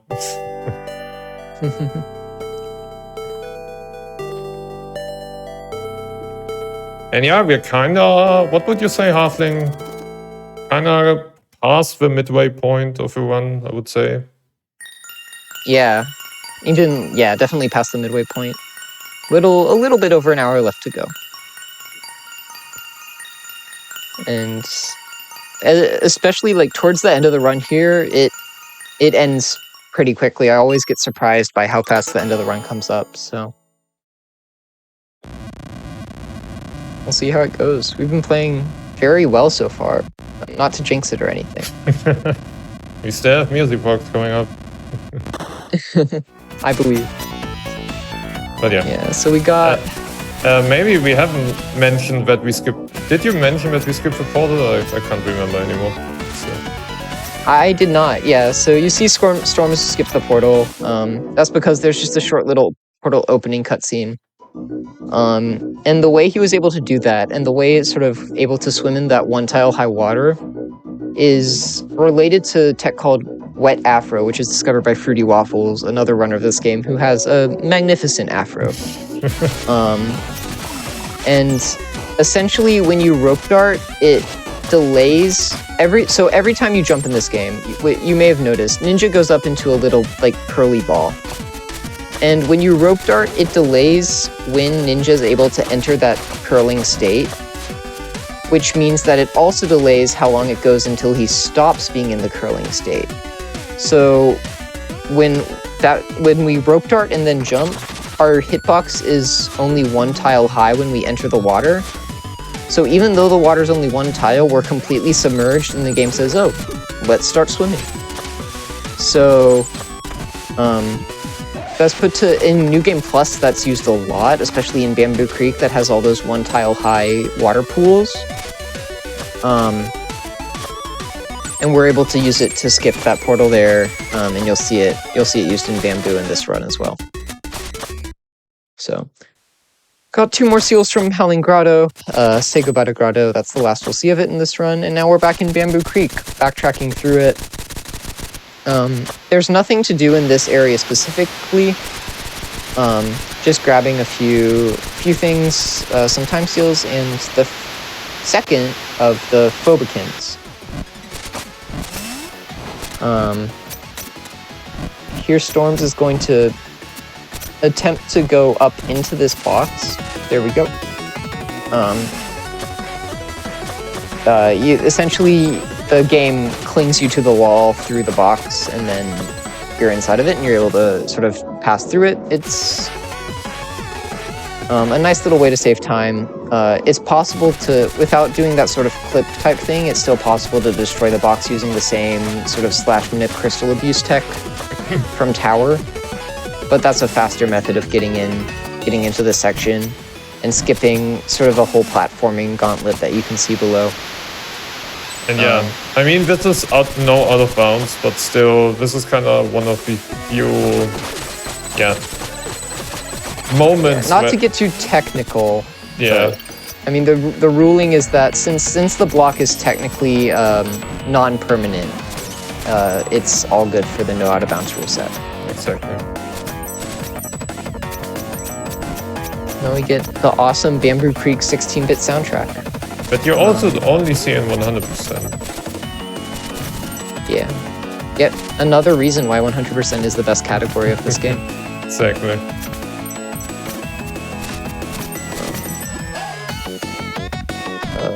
Yeah, also, this is one of the only soundtracks, or the only tracks of the soundtrack that has lyrics that are about Chinese food and the love for Chinese food. Yeah, so the composer of this game, Rainbow Dragon Eyes, has officially submitted lyrics for this song that reflect his love for Chinese food, I guess. So if the melody restarts, I'll give it my best shot. Nice. Unfortunately, we're at the midpoint of the song, but I think we'll have a chance before we get out of the level. So before the last, when I grab the last seal, the song will restart. All right, awesome. I'll mentally steel myself for my performance. Be prepared for these complicated lyrics, I think. You can do this. So, we grabbed another seal there. And we have one more in Bamboo Creek. Just doing more of this backtracking movement. Like Storm said, in any percent we have there's very similar movement. It's just being performed in 8-bit because of how the time changes work out. But we need to be in 16-bit here to be able to access the seal rooms. Be prepared, Halfling. Starting soon. No safety checkpoint. I'm in awe. I don't trust myself to not die in this room. Alright, here we go. I like Chinese food. Chinese food is good for you. I like to eat Chinese food, and Chinese food is yummy too. If you like me too, you will bring me Chinese food because it is so yummy. Did I mention I like Chinese food? Yeah. GDQ Hotfix. I don't know the other. I don't know the other verses, unfortunately. But there is more Bamboo Creek Chinese food lore for those who want it on the wiki. Yeah, I think there's even a pizza pie version of it. There's a clip of Rainbow Dragon Eye streaming and playing this song and singing a version about pizza pie. But that's Bamboo, and now we're in Catacombs in 16-bit, and Ruxton has sadly left us. Although he was dead to begin with, so I'm not quite sure how that works. But he leaves us his amulet, which lets us access his spooky staff, which is in Glacial Peak, and it'll get us to another area in the game. And it's also a 100% acquired item in our inventory, so there's that. And then the other thing that having it does is he has a note that tells us where to find the next area of the game. Obviously, we don't really need the note, we know where it is anyway, but it's nice of him to think of us. So, now we've just got a lot of Catacombs backtracking movement. We're going to come up and grab a seal here. Most of the Catacombs seal rooms aren't too bad, in my opinion. Just knowing when the crushers are going to crush and being able to move around them. But nothing too insanely hard or tricky, even on a casual playthrough.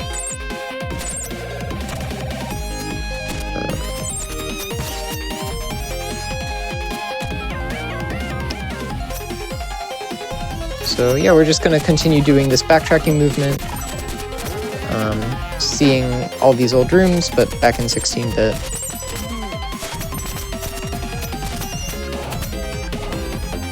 This is a fun seal room because you're sort of going back and forth between the 18-bit and 16-bit aesthetics. It's one of the few rooms in the game that does that, where you get sort of playing with the time portals in almost sort of a puzzly way. Which is something I kind of wish the game did more of. It's a really fun thing to get to do, and sort of playing with that mechanic, which is sort of, at least for me, is something unique that I hadn't really seen anywhere else before this game. Yeah, exactly. This was also one of the main reasons kind of that dragged me into this game when I saw some streamer playing it a while ago when it was released, and this kind of time shifting mechanic was super cool. Combined with the music and also that it's like a ninja game, etc. So yeah, it's got everything. Here's that little secret area Ruxton was telling us about. In the room with the two bats, there's a breakable block. So we're gonna fall on down. And here is where this is the dark cave. And this is where you can see our candle coming into use. If we didn't have it, the only thing we would be able to see on the screen would be the sprite of our ninja, and everything else would just be literal darkness. So in any percent, we just have the layout memorized, but in 100% we get a C, which is quite nice because it lets you play it a little bit more aggressively. So I find myself playing this about 2-3 seconds faster in 100% compared to any percent. yeah. Just because we have the candle. Because actually seeing where you're going helps. The wonder of sight. Exactly. That's it. That's all of the dark rooms in the game. And now we're at the Riviere Turquoise, which once was beautiful, but now has been corrupted and made evil by the curse. So you see, we've got these two really distinct time zones in this level, like the beautiful nature with the blue river, and then the poison black terrible one. And like I was saying, this is another one of those linear sections where you essentially just play through the level, we'll grab our time shards, and that also makes it quite a difficult level, because there's lots of spikes and things that want to kill you. Here's Storms. Normally you're supposed to wait for a raft to come down. Oh, Storms. Yeah, we're not doing that. There's a really hard strat. There's a really hard strat where you can get to the end with a cloud step and not need the rafts. But since the checkpoint's rather far away, probably not very marathon safe. Yeah, to be honest, I haven't practiced that much, so would be kind of winging Favorite it, and especially this one I don't really want to do it. The main gimmick of this level, apart from sort of the two different, very, very different, I guess, realities, are these sort of flower elements that you see. We'll come to some more of them later. Nice. But they let you do some puzzle elements. Nice teleport. There's a fun teleport because we're doing it on those green kappas, which take 3 hits to kill. So we sort of have to use the shurikens to get the health down before we're able to actually execute the teleport. Nice. There's another 1 tile to get up to that power seal. Otherwise, we'd have to go down and use a flower to shoot us all the way up and actually have to do the stuff in that room. But we're able to just damage boost through the spikes and grab it.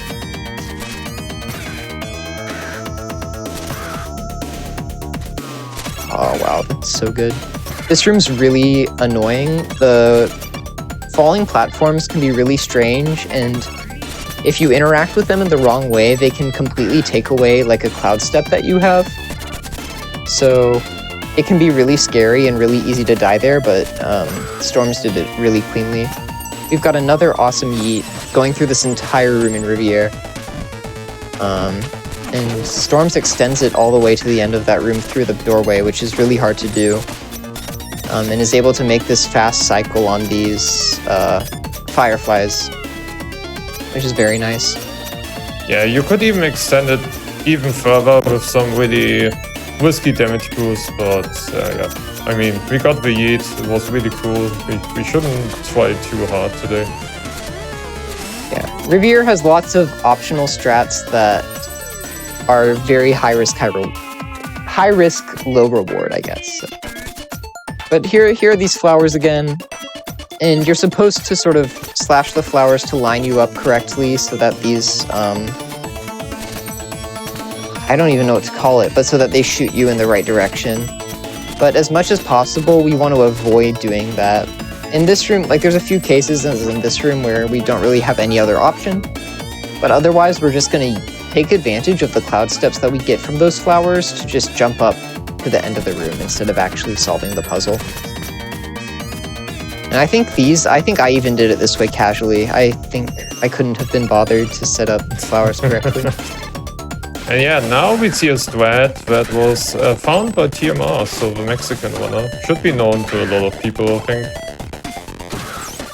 Yeah, he was one of the early speedrunners of this game and did a lot of stuff to find strats in the any % category in particular. So TMR bird skip. That's what that was. Yeah, still used till today. Here's that last seal in Riviere. Again, avoiding using those flowers, just cloud stepping up. And that basically is it for the level. All we have left is the boss.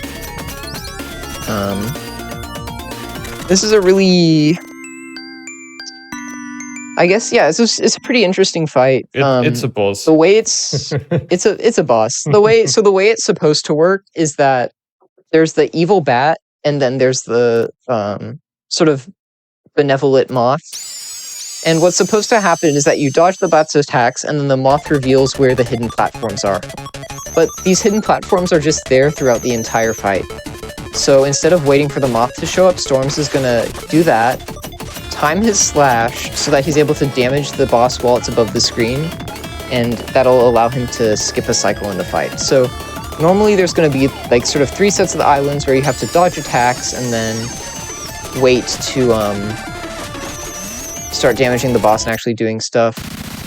But we're actually just able to kill the boss above the screen on the second island here and call it a day. So you'll notice the ground actually changed because the game teleports you because it thinks, oh, like, of course you finished the fight at the third island. And here we die because it's much faster than riding the flowers all the way back to the shop.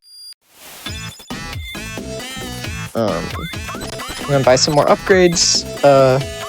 These are mainly just shuriken upgrades. But we also get an upgrade that every time we stand in the shop, it now raises our health to be 5. Originally, it would only be raising it to 3, and it also gives us a full refill of all of our shurikens. So that's really nice, both for giving us more options in terms of the damage boost that we're able to do, and because just in terms of like feeling safe and secure, you find a checkpoint, and once you're up on 5 health, you feel invincible. So yeah, you are not required to buy these upgrades yet, and you can even delay that. But yeah, since we are already in the shop and it's a little bit safer and we can be a little more risky, I really like to buy those early. yeah, it's really not much of a time loss, and it makes everything feel so much comfortable and safe. Which feeling comfortable and confident in your movement is almost more important than for like time save than having the few frames that you save from not having the upgrades, you know. So. But yeah, we are in Underworld again, this time in 8-bit Underworld. To collect more seals and to also collect one of the notes. Yeah, 8-bit Underworld feels a little bit less fleshed out than some of the other 8-bit levels, especially compared to how cool and sort of fun Underworld is the first time you get to play it in 16-bit. But it's still a really solid level, and the parts of it where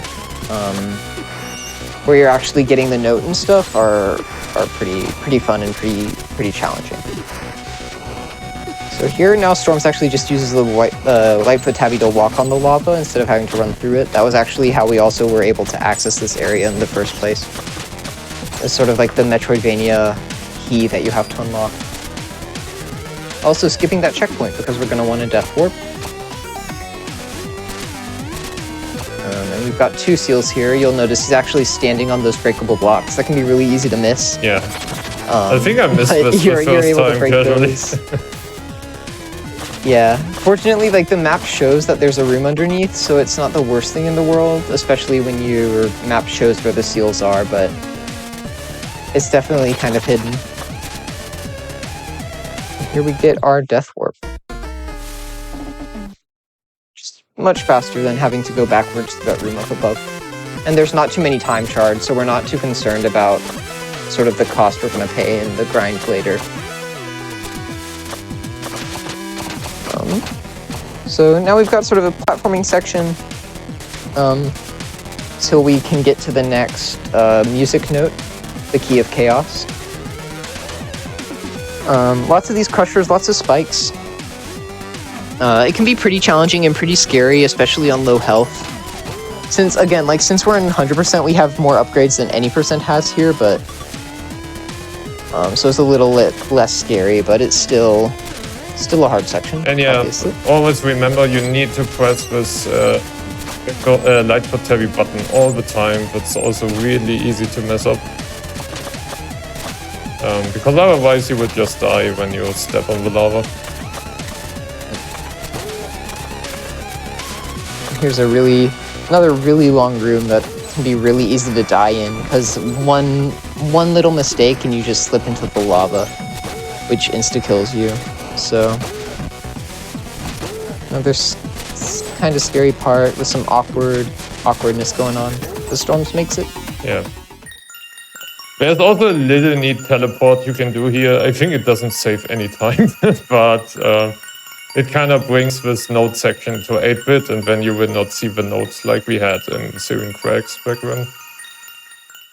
Yeah, you also get the swag of having done it, so yeah. I think it's definitely worth it. So that does it for the Key of Chaos. Yeah. So coming up now is almost my personal favorite part of the whole 100% run. Not the part at the end, but the stage itself. So we're going now to Cloud Ruins, and this time we will see Cloud Ruins in 8-bit and 16-bit. And honestly speaking, I think the 8-bit soundtrack of Cloud Ruins just slaps pretty hard. It's so awesome. I just love it. Yeah, this is a fun level. Again, it's a linear section and it's very challenging. Definitely easy to die here, but The soundtrack's so good, and going between the dark and stormy time zone and the sunny, cloudy, and light time zone is also really fun.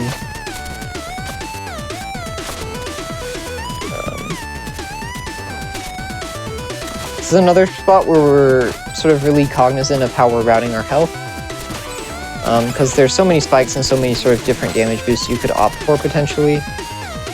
But so Storms is going to be sort of really picking and choosing the spots that it is safe to damage boost to save the most time.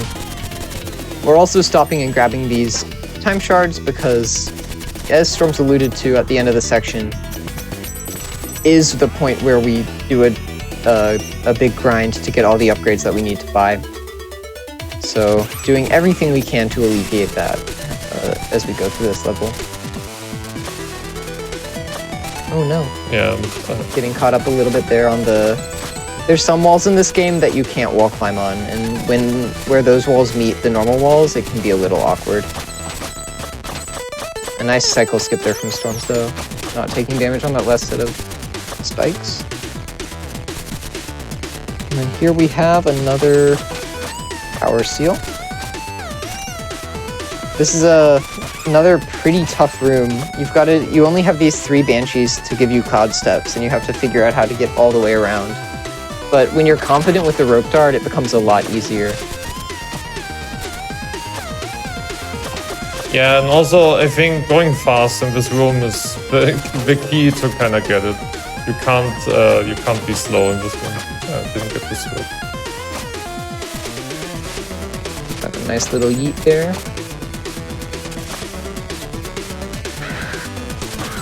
And coming into what for me is the scariest part of this level, because we've got a bunch of rooms where we've got these spikes moving back and forth that can also crush you if you're not careful. Yeah, the hitbox of those is really bad. Yeah, it can be awkward. Storm's going for a slightly safer version so that he'll have 3 health coming out of this room, which I definitely think is smart, especially because we skipped this checkpoint here to make this cycle in this room. And this is a room where we really see the utility of rope dart climbing, because that cycle isn't possible to make without using rope dart climbing to go up as fast as humanly possible.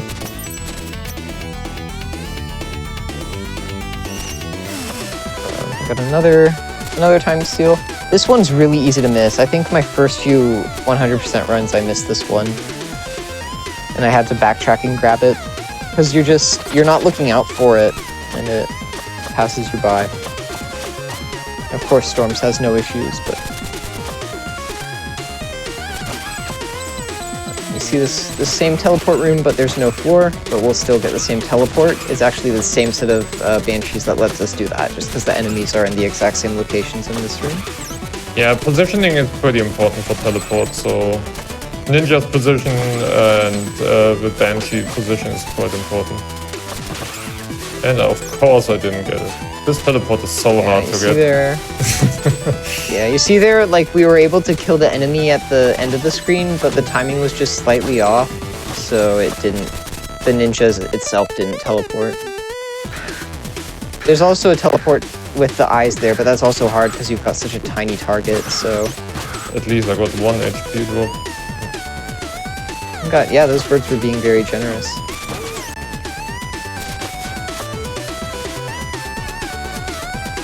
But almost done with Cloud Ruins now. Coming into the final stretch of it. Just a few more fun rooms. Here's another nice teleport.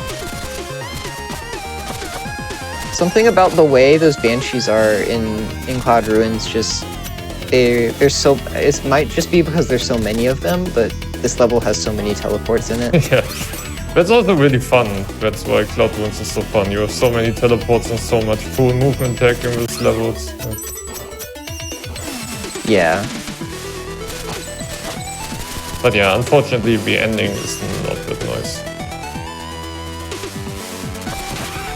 And there's a nice manip to get the enemy to be positioned correctly for the teleport. You'll see sometimes some setups like that, especially in Cloud Ruins. Here's our final Phobican. This is Acro because he's scared of heights, so of course that's where he is. We also had Claustro in Catacombs, Pyro in the Underworld surrounded by lava, and sorry, Necro was in Catacombs and Claustro was the one at the end of the creek.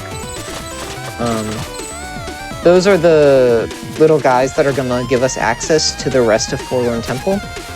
So, sort of taking the time to go around and save them is what makes Forlorn Temple be the last sort of main thing we do in this game before the end of the game. Just because we have to save all them, so... Here we are, end of Cloud Ruins. I forgot to see it. Nice. And... I guess you could have gotten it later, yeah, but for your splits, I guess. But yeah, so this is the seal, the last seal in Cloud Ruins, number 40 of 45. And now we have Storm's favorite part of the run, yeah, I which think is everyone's the shard favorite part. It's the shard grind. So yeah, we kind of need, due to some deaths, I'm a little bit low on money. But yeah, unfortunately we need to grind now 2,600 shards. That kind of means as soon as our shard counter is going towards 3,100 something, we are good to go. But yeah, this is unfortunately the only really boring part of the run. So yeah, if you have any questions about the game or something else, feel free to write it down now in the chat, because we have plenty of time. Yeah, this is about a 6-minute long segment, and basically we're getting, each of the crystals gives 65 time shards. And it takes about 20 seconds to reset the game, maybe a little faster. And unlike games like Hollow Knight, for those that are familiar, we do actually have to hit the checkpoint to save our progress before we quit out. If we just quit out as is, the game isn't going to save anything that we got, so that also makes it a bit slower. It makes routing this category a bit more awkward. Yeah, we already thought about other ways where we could maybe pick up more shards or pick up more mega shards to reduce this. It's possible, but it's also hard because we want to go fast. Yeah. One minor optimization you'll notice in this shard grind is that Storms is throwing his shurikens at the beginning from the right side of that first shard, so that the shuriken hits is going to actually hit both of the shards. Or big crystals, so doing everything we can, still being optimal during the shard farm, which is part of what makes it annoying, because even though it's really boring, you still have to play with somewhat optimal movement to not lose a bunch of time. Yeah, using the rope dart DPS technique and all that to get everything out of this that you can. The question: how many times have I beaten the game? I think I lost track of that, but it should be at least... God, I don't play 100% that long, but at least 50 times or more, I would say. Yeah. I mean, you've probably... With the amount of... Like, you've probably played 8-bit hundreds and hundreds of times at this point. So when I started out, doing COVID speedrunning at all. It was kind of like November 2 years ago when I started with speedrunning. And I started with 8-bit, because that was the most competitive and is still the most competitive category. And I picked Messenger because I really loved the game, I really loved the music, I loved the movement, etc. And the speedrun looked really awesome of that game. And yeah, I think for more than a whole year, kind of like 11 months, I would say, yeah, kind of close to a year. I only played 8-bit. I played like at least 1,000 hours Messenger, only 8-bit, before I opened up to other categories like any percent or 100%. And yeah, unfortunately, Halfling and myself, today, because a lot of runners are not that active anymore who used to play 100%. Halfling and myself are the only kinda active speedrunners of 100%. We have a lot of 8-bit people, but not so many full game runners. The commitment 100% is hard, because even though like 2 hours isn't the worst thing in the world for a run, but especially like your first 100% runs are always like almost 4 hours long. So it's a big commitment to pick up and learn. Especially when there's other categories and so much time and development is focused on 8-bit. That getting into sort of some of these longer categories is harder to do, but it's definitely a lot of fun. And I do recommend it. Not biased whatsoever. Yeah. 8-bit and linear doesn't count towards finishing the game, but it's just speedrun categories, because otherwise, because any percent is always kind of takes at least 2 hours, and that is way too long for most people, so we kind of introduced shorter categories.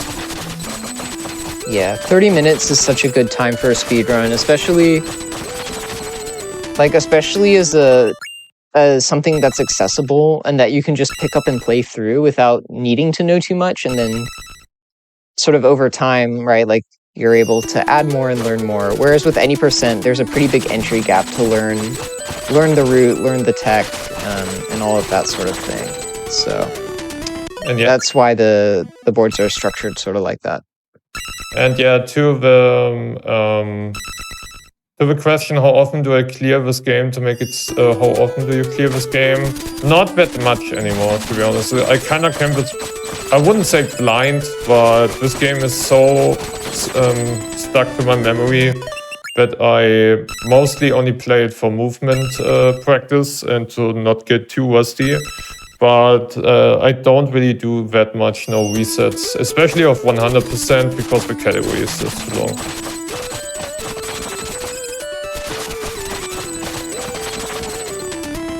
Yeah, like Levy was saying, like having 3 hours of concentration for the 100% run is definitely like tiring. Yeah, exactly. And as you can see, this is the only real downtime we have. Besides that, yeah, maybe a cutscene or something. You don't really have a break in this speedrun. And kind of being that consistent that you can keep up that speed, the movement, the rope dart, and all of that without any major mistakes is pretty draining. Said we're almost. Are you gonna do one more, or is this the last? I think it's fine. We will go with that. Maybe I grab some more in Forlorn.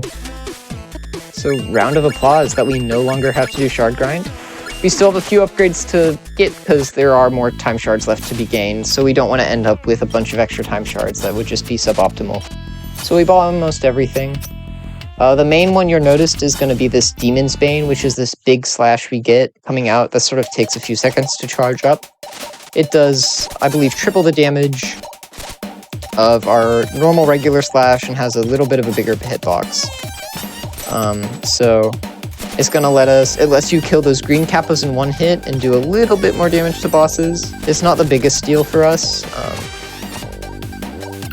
but it is a cool sort of final ability in the skill tree. The stuff off to the right side that we haven't got yet is mostly stuff related to the map, showing where upgrades are, showing where this power steals are, so just stuff that doesn't really affect us mechanically, that we just sort of need to get the completion. Exactly. And since we are not done yet, we can collect those shards for the last 2 upgrades during the last sections of the game. Yeah. Now we're just in Autumn. We've got a few more seals to get in Autumn, and then we have Forlorn Tempo to play through. There's one annoying thing we have to deal with because of how time portals work, which you'll sort of see play out coming up. The next set of seals, the last 2 seals in Autumn, are only accessible in 8-bit, but you also need to have all of the abilities in the game to access them. So this is the only possible way to do this. And what we have to do is go all the way to Forlorn Tempo, change the time back to 8-bit, and then come back here to be able to access them. And that's really the only and the quickest way to be able to do that. So a little bit of an awkward routing thing that we've got going on here. But it also gives us an opportunity to grab some more time shards when we go through the time portal. So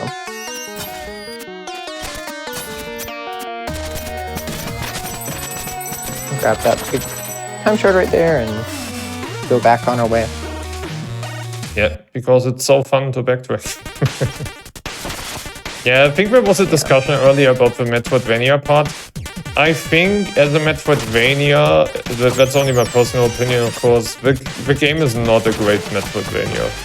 So they really tried really hard, and the movement, everything else is super great, but I think the Metroidvania kind of lacks at a lot of parts. Especially since you're revisiting so many stages, and some stages are super cool with the time switching, but like 8-bit Underworld kind of felt like they didn't have enough time to fully create the vision of the Metroidvania.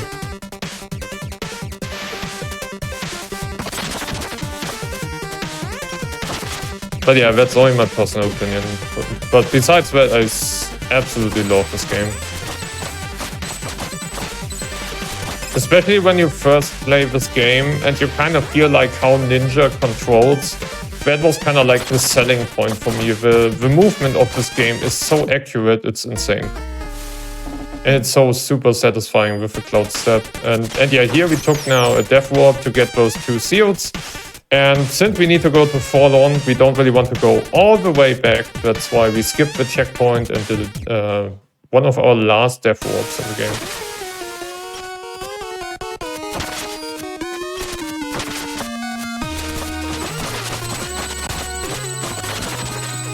Halfling, are you still with us? Okay. I think Halfling disappeared. But yeah, just tacking on to what you were saying, like, one of the things that I liked about this game was just how good it felt to play. Like, everything just feels good and fun. Yeah, exactly. Okay, yeah, since I will kind of wait till Halfling kind of comes back. So this is Fall On Temple. We rescued all of those 4 Phobikins, and after we rescued all of those Phobikins, they created a bridge for us. And we visited Fall On Temple very, very early in the run, but the bridge towards this level was broken. And yeah, thanks to all these Phobikins, we can access this level here now. And the Wisp are giving me really bad RNG right now. Kind of standing in the way. Ah, Halfling is back, nice. I've returned. Sorry about that. No worries. But yeah, the Wisp can really screw around with the positioning, and it's pretty painful sometimes. Yeah, I don't think those are anyone's favorite enemy in the game. Pretty annoying. Yeah, in this room you can go pretty fast, but it's also super risky, and Fall On is a very hard level, so I want to have as much HP as possible, so I will not do these damage boosts today. Yeah, a lot of these levels walk such a fine line between like having fast play and getting in sort of an untenable situation where you just sort of get instantly screwed over and take a bunch of damage and are down at 1 HP and die. Like, and so like maintaining the focus and consistency to be in the right place, like not falling off platforms, especially with some of the like there can be some movement jake with moving platforms in the game, so like being able to deal with that definitely means that your health is a valuable resource in this level. Yeah, because people are talking about it in the chat, you can only skip the bridge if you have Windmill Shuriken. And we don't have that in normal any percent, and we will get that later in 100%. So you can only skip this boss bridge in New Game Plus.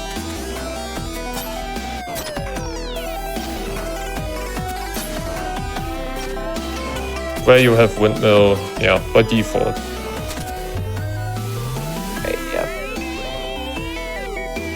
Grab this time. Yeah, so kind of neat cool animation glitch here.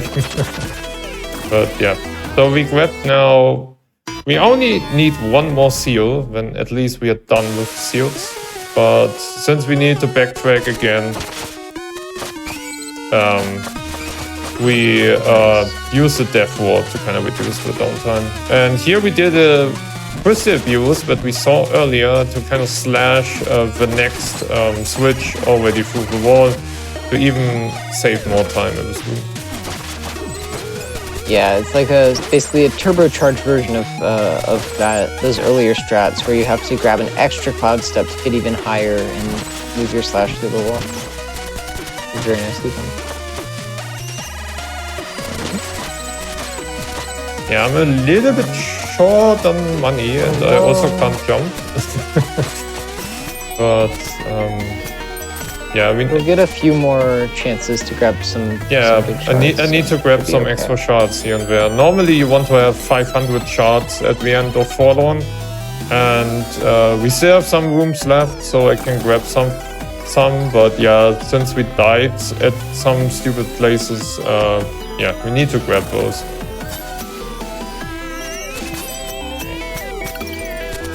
And yeah, we have the final seal. Final power seal. This is a pretty fun room. It's not super challenging with the rockets, but it shows off the mechanic nicely and lets you do some cool stuff in it if you want to. Triggering that rocket early, jumping off, and barely getting back on in time to hit the switch is a super nice optimization there, for example. Also jumping off these rockets early. Yeah, and those are so smooth. And for Levy, no, you can do the crystal abuse without Demon's Bane. That's also possible in 80%.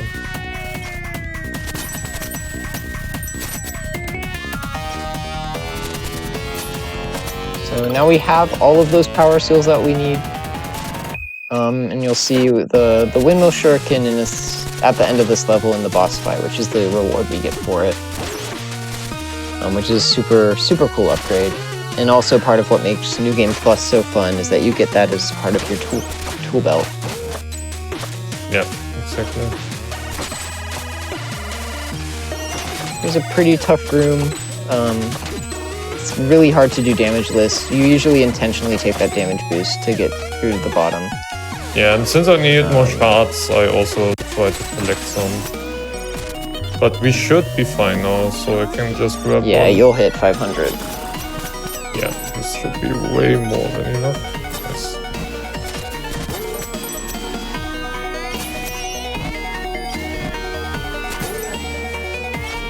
Here's another room coming up that's also showcases what makes Forlorn so fun, I guess. Where, again, it almost feels like the intended strategy is to damage boost through the room. It's possible to do damage list, but I can't imagine. I can't imagine that the damage list route is what's really intended for that room, so. And yeah, now we can open the magic box and receive a windmill shuriken. Halfling, would you explain to us what the windmill shuriken is? So the windmill shuriken is a turbocharged version of your normal shuriken. It doesn't have as much range, but it goes and spirals back to you, and it recharges, so you get a bunch of it. So you see how they just keep going back and forth above storms here, and they're also giving him cloud steps on this boss. So this is also a really annoying boss fight because you want to just. The intended strategy is to use the rockets to catch up to them. That was a nice quick phase change by the storms, but optimally you just latch onto him with your rope dart and follow him all the way up. The problem is that he tries to escape you, so it's really hard to keep doing damage. What was that dodge? That was that was insane. That was wild. To be honest, I didn't do that on purpose. That was just yeah. That was gaming, windmill shurikens, I would say. Yeah. Windmill shurikens are really nice for boss fights as DPS tool because you're able to get them infinitely spiraling around and around and around, which we'll see in the final boss fight of the game, hopefully. And they're also really useful as a platforming tool because you're able to... There's some rooms with wild setups.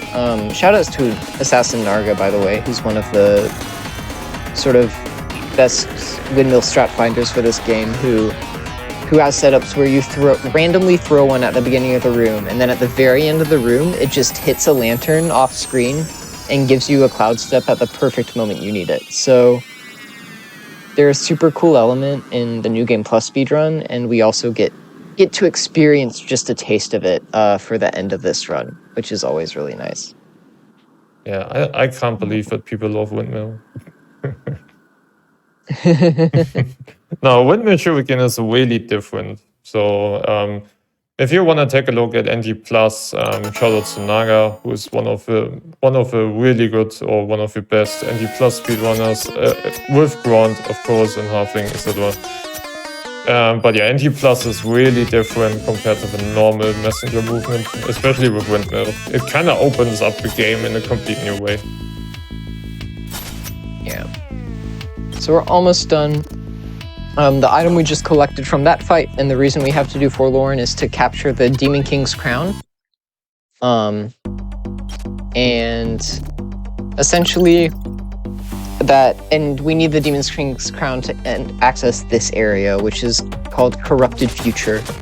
And it's the vision of what the world will be like if we don't defeat the Demon King and end the curse. So very terrifying and dystopian with lots of tentacles. So hopefully this doesn't come to pass. And we have to come here to get the final music note to open the music box and fight the final boss. So we're just making our way. The sort of core mechanic of this level is sort of freeing these fireflies that then let us time warp into time warp into 8-bit where the walls don't exist, essentially, and get a path through all the demon tendrils and whatnot. So it's not a too difficult level, at least at the beginning. But I really enjoy the soundtrack, especially the 16-bit version of it. And it's also got some really, really cool pixel art.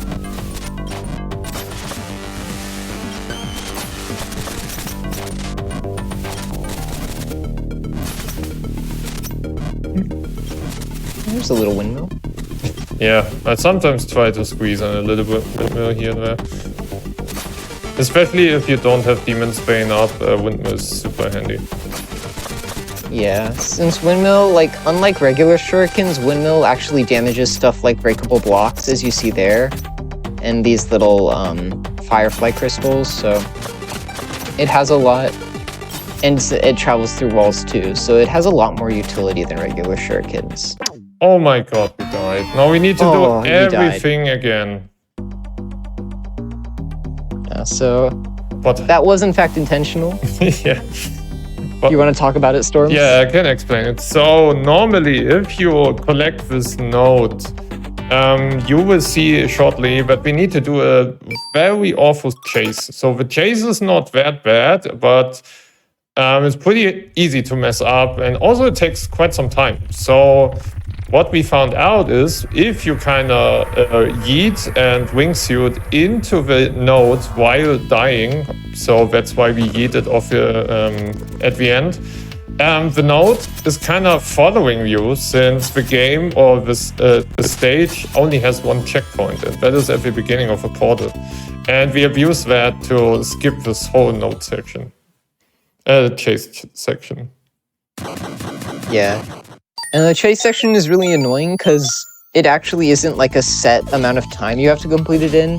The enemy that's chasing you actually speeds up and slows down, so no matter how fast you go, it's always immediately on your tail. So Even when you're good at the game, like you're always like a single mistake away from messing up and dying. Yeah. So I'm very grateful that we have that option. It's super risky, or it's super easy to mess up, and if you mess it up, you need to start over again. So with kind of the beginning of a chase, and that can lose a lot of time. The only category where you need to do that is full game, the deal. But yeah, coming now to the end of the run, we are in Music Box. Halfling, can you describe us what this stage is like? So yeah, Music Box is a very difficult level with the quirk that all these crushers and steam pistons move to the beat of the music. So depending on like the beat that you enter a room, the cycles are going to be just a tiny bit different. And depending on strats, there's some places where you're going to want to manipulate that. I don't think that we actually are going to see too much of that in this run. No, I haven't practiced that at all, so yeah. Yeah, it's really hard to get consistent because again, like the tiniest little change in it can make all the difference. And it's really hard to get used to doing stuff with that manipulation. If you're interested, there's a lot of really cool stuff that goes on that you can do with using the map and inventory screens as well to manipulate how crushers move. Just the cycle. But what we'll be seeing is a fairly normal music box without too much of that jank. And the windmill is really nice to have here too, because it lets us hit stuff through the walls, especially in some of these crystal puzzles that we have, that you'll be seeing. And it's got, of course, an amazing soundtrack, so... Yeah, this is, I think, probably the worst room in Music Box. Yeah, this is the bird room. Yeah, there are some pretty awful strats that you can follow here to save even more time, but they're super risky, and I think not even Halfling, who is super experienced at this game, is going for that in 100%, because especially at the end of the run, it's just way too risky to die to that. And you lose a lot of time if you die. I haven't even tried to do them, even like in practice. Like, I've tried, but I haven't ever been able to get it. They're very, very difficult. I'm in awe of anyone who can even begin to think about going for it in runs. You'll notice we enter the shop there. That's because at the beginning of the song for Music Box, everything stops moving. So you get about 8 bars or so where none of the crushers are crushing, none of these steam pistons are active. Nice windmill strat there. And it's really nice. So there's going to be another point where we do that, because it's just faster to wait for the shop cutscene than to wait out the cycle, because every time you enter next to the shop, the music resets. So a nice little quirk of the level that we're able to take advantage of. This room is also... Oh my god. Oh my god. Okay. That room is also infamous for killing runs. Yeah, it's super awkward to kind of squeeze in between those platforms, and I was kind of lucky that the game didn't detect me or squished me. It was super lucky. Yeah. Oh, that's okay. Oh, Storm's going for a windmill strat. Yeah, got it. Nice. There's another example of what windmill can do. Getting you up to this room like a whole cycle faster, and using it to get all those extra cloud steps off that crystal and avoid having to wait for the crusher to push you all the way up. So there's lots of opportunities for Music Box and Windmill. So in this run in a New Game Plus, Music Box is a super fun level to watch. The downside of Windmill is that we have to walk all the way over to hit that crystal, though. Yeah, there's a neat strat in normal NG where you can just... I can't even speak English anymore. I'm sorry. Where you can use a shuriken to hit those, kind of crystals across the room.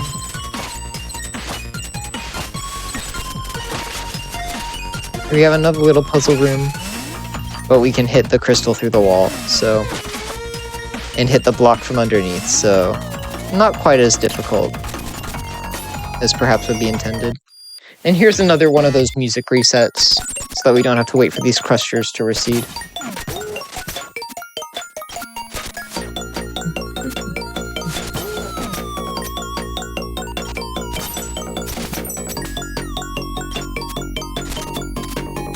Here's another cool cycle. Oh, damn, that bonk. Oh, so close. Yeah. That's a tight jump to make. Just to squeeze in front. But yeah, we're coming up to the end of the run. So we collected every item, we collected every seal, and I didn't hit the switch. But yeah, we bought every upgrade. So the only thing left for us now is killing the final boss. Yep, that's essentially the last real room of music box. We've got this little room, but thanks to rope dart invincibility frames, we don't really have to worry about anything. That's it. So yeah. So we did skip a cutscene. Basically, the Phantom of the Past was a guy who was the leader of the humans and was fighting the demons. But then the demons captured him and put on this mask that essentially mind controls him, and then trapped him in this music box, where as long as he plays the melody, the curse of the demons stays. So we're trying to free him of that curse. Right now, what you saw Storms doing is what I was talking about a little bit earlier, if you remember, where the windmills let us get crazy DPS on boss fights because they just go back and forth around the boss faster than we could ever hope to do rope darts or slashes. And this can be a pretty tough fight. The goal is to finish it before he goes into a second phase. Yeah, didn't get it. Kind of lagged 1 or 2 hit points, I think, because I was damaged doing one part. It isn't a huge time loss. Yeah, one fucking hit. Oh, you were 1 hit away. Yeah. Wow. Sorry for that language. Yeah.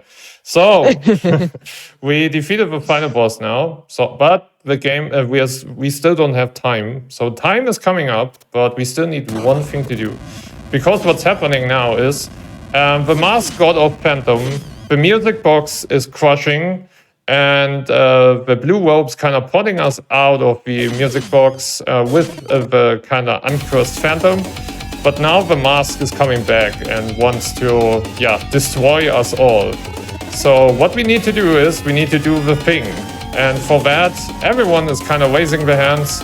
We're transforming into the Arcane Golem. And yeah, time is coming up shortly on the final hit here. So kind of be ready. So we need to mash, we need to charge our power for the last final attack. And time. GG. GG Storms. Thank you. Yeah. We did the thing. That was the messenger, 100%.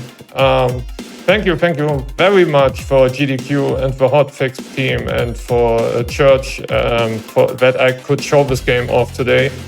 Thank you very much to Halfling for being so awesome on comps so that I can focus on the gameplay. Thank you very much, chat, for being here. Love all of you. Thank you all to all the Bamboo people, so all the messenger speedrunners. Thank you to Kyle. Thank you to Naga, Grunt, Alpha, Halfling, Belial, Space Croquette, Newfie, DJ, Roll. Yeah, so many names. Thank you all that I can be here, that you kind of helped me through my journey with Messenger. And yeah, thanks again for having me. And yeah, if you want to see more Messenger, of course, you can follow me on Twitch. I also speedrun Donkey Kong Country 2 nowadays, so it's not only Messenger. Yeah, and also please follow Halfling, because Halfling is also an awesome Messenger speedrunner.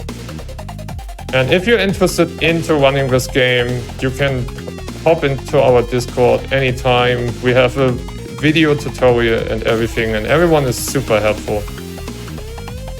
Yeah, absolutely join the Discord. There's a bunch of awesome people there, like Storms was saying. So we'd love to have you. This is an awesome game to speedrun. So yeah, it's been a pleasure. Yeah, and with that, I would hand over to Judge.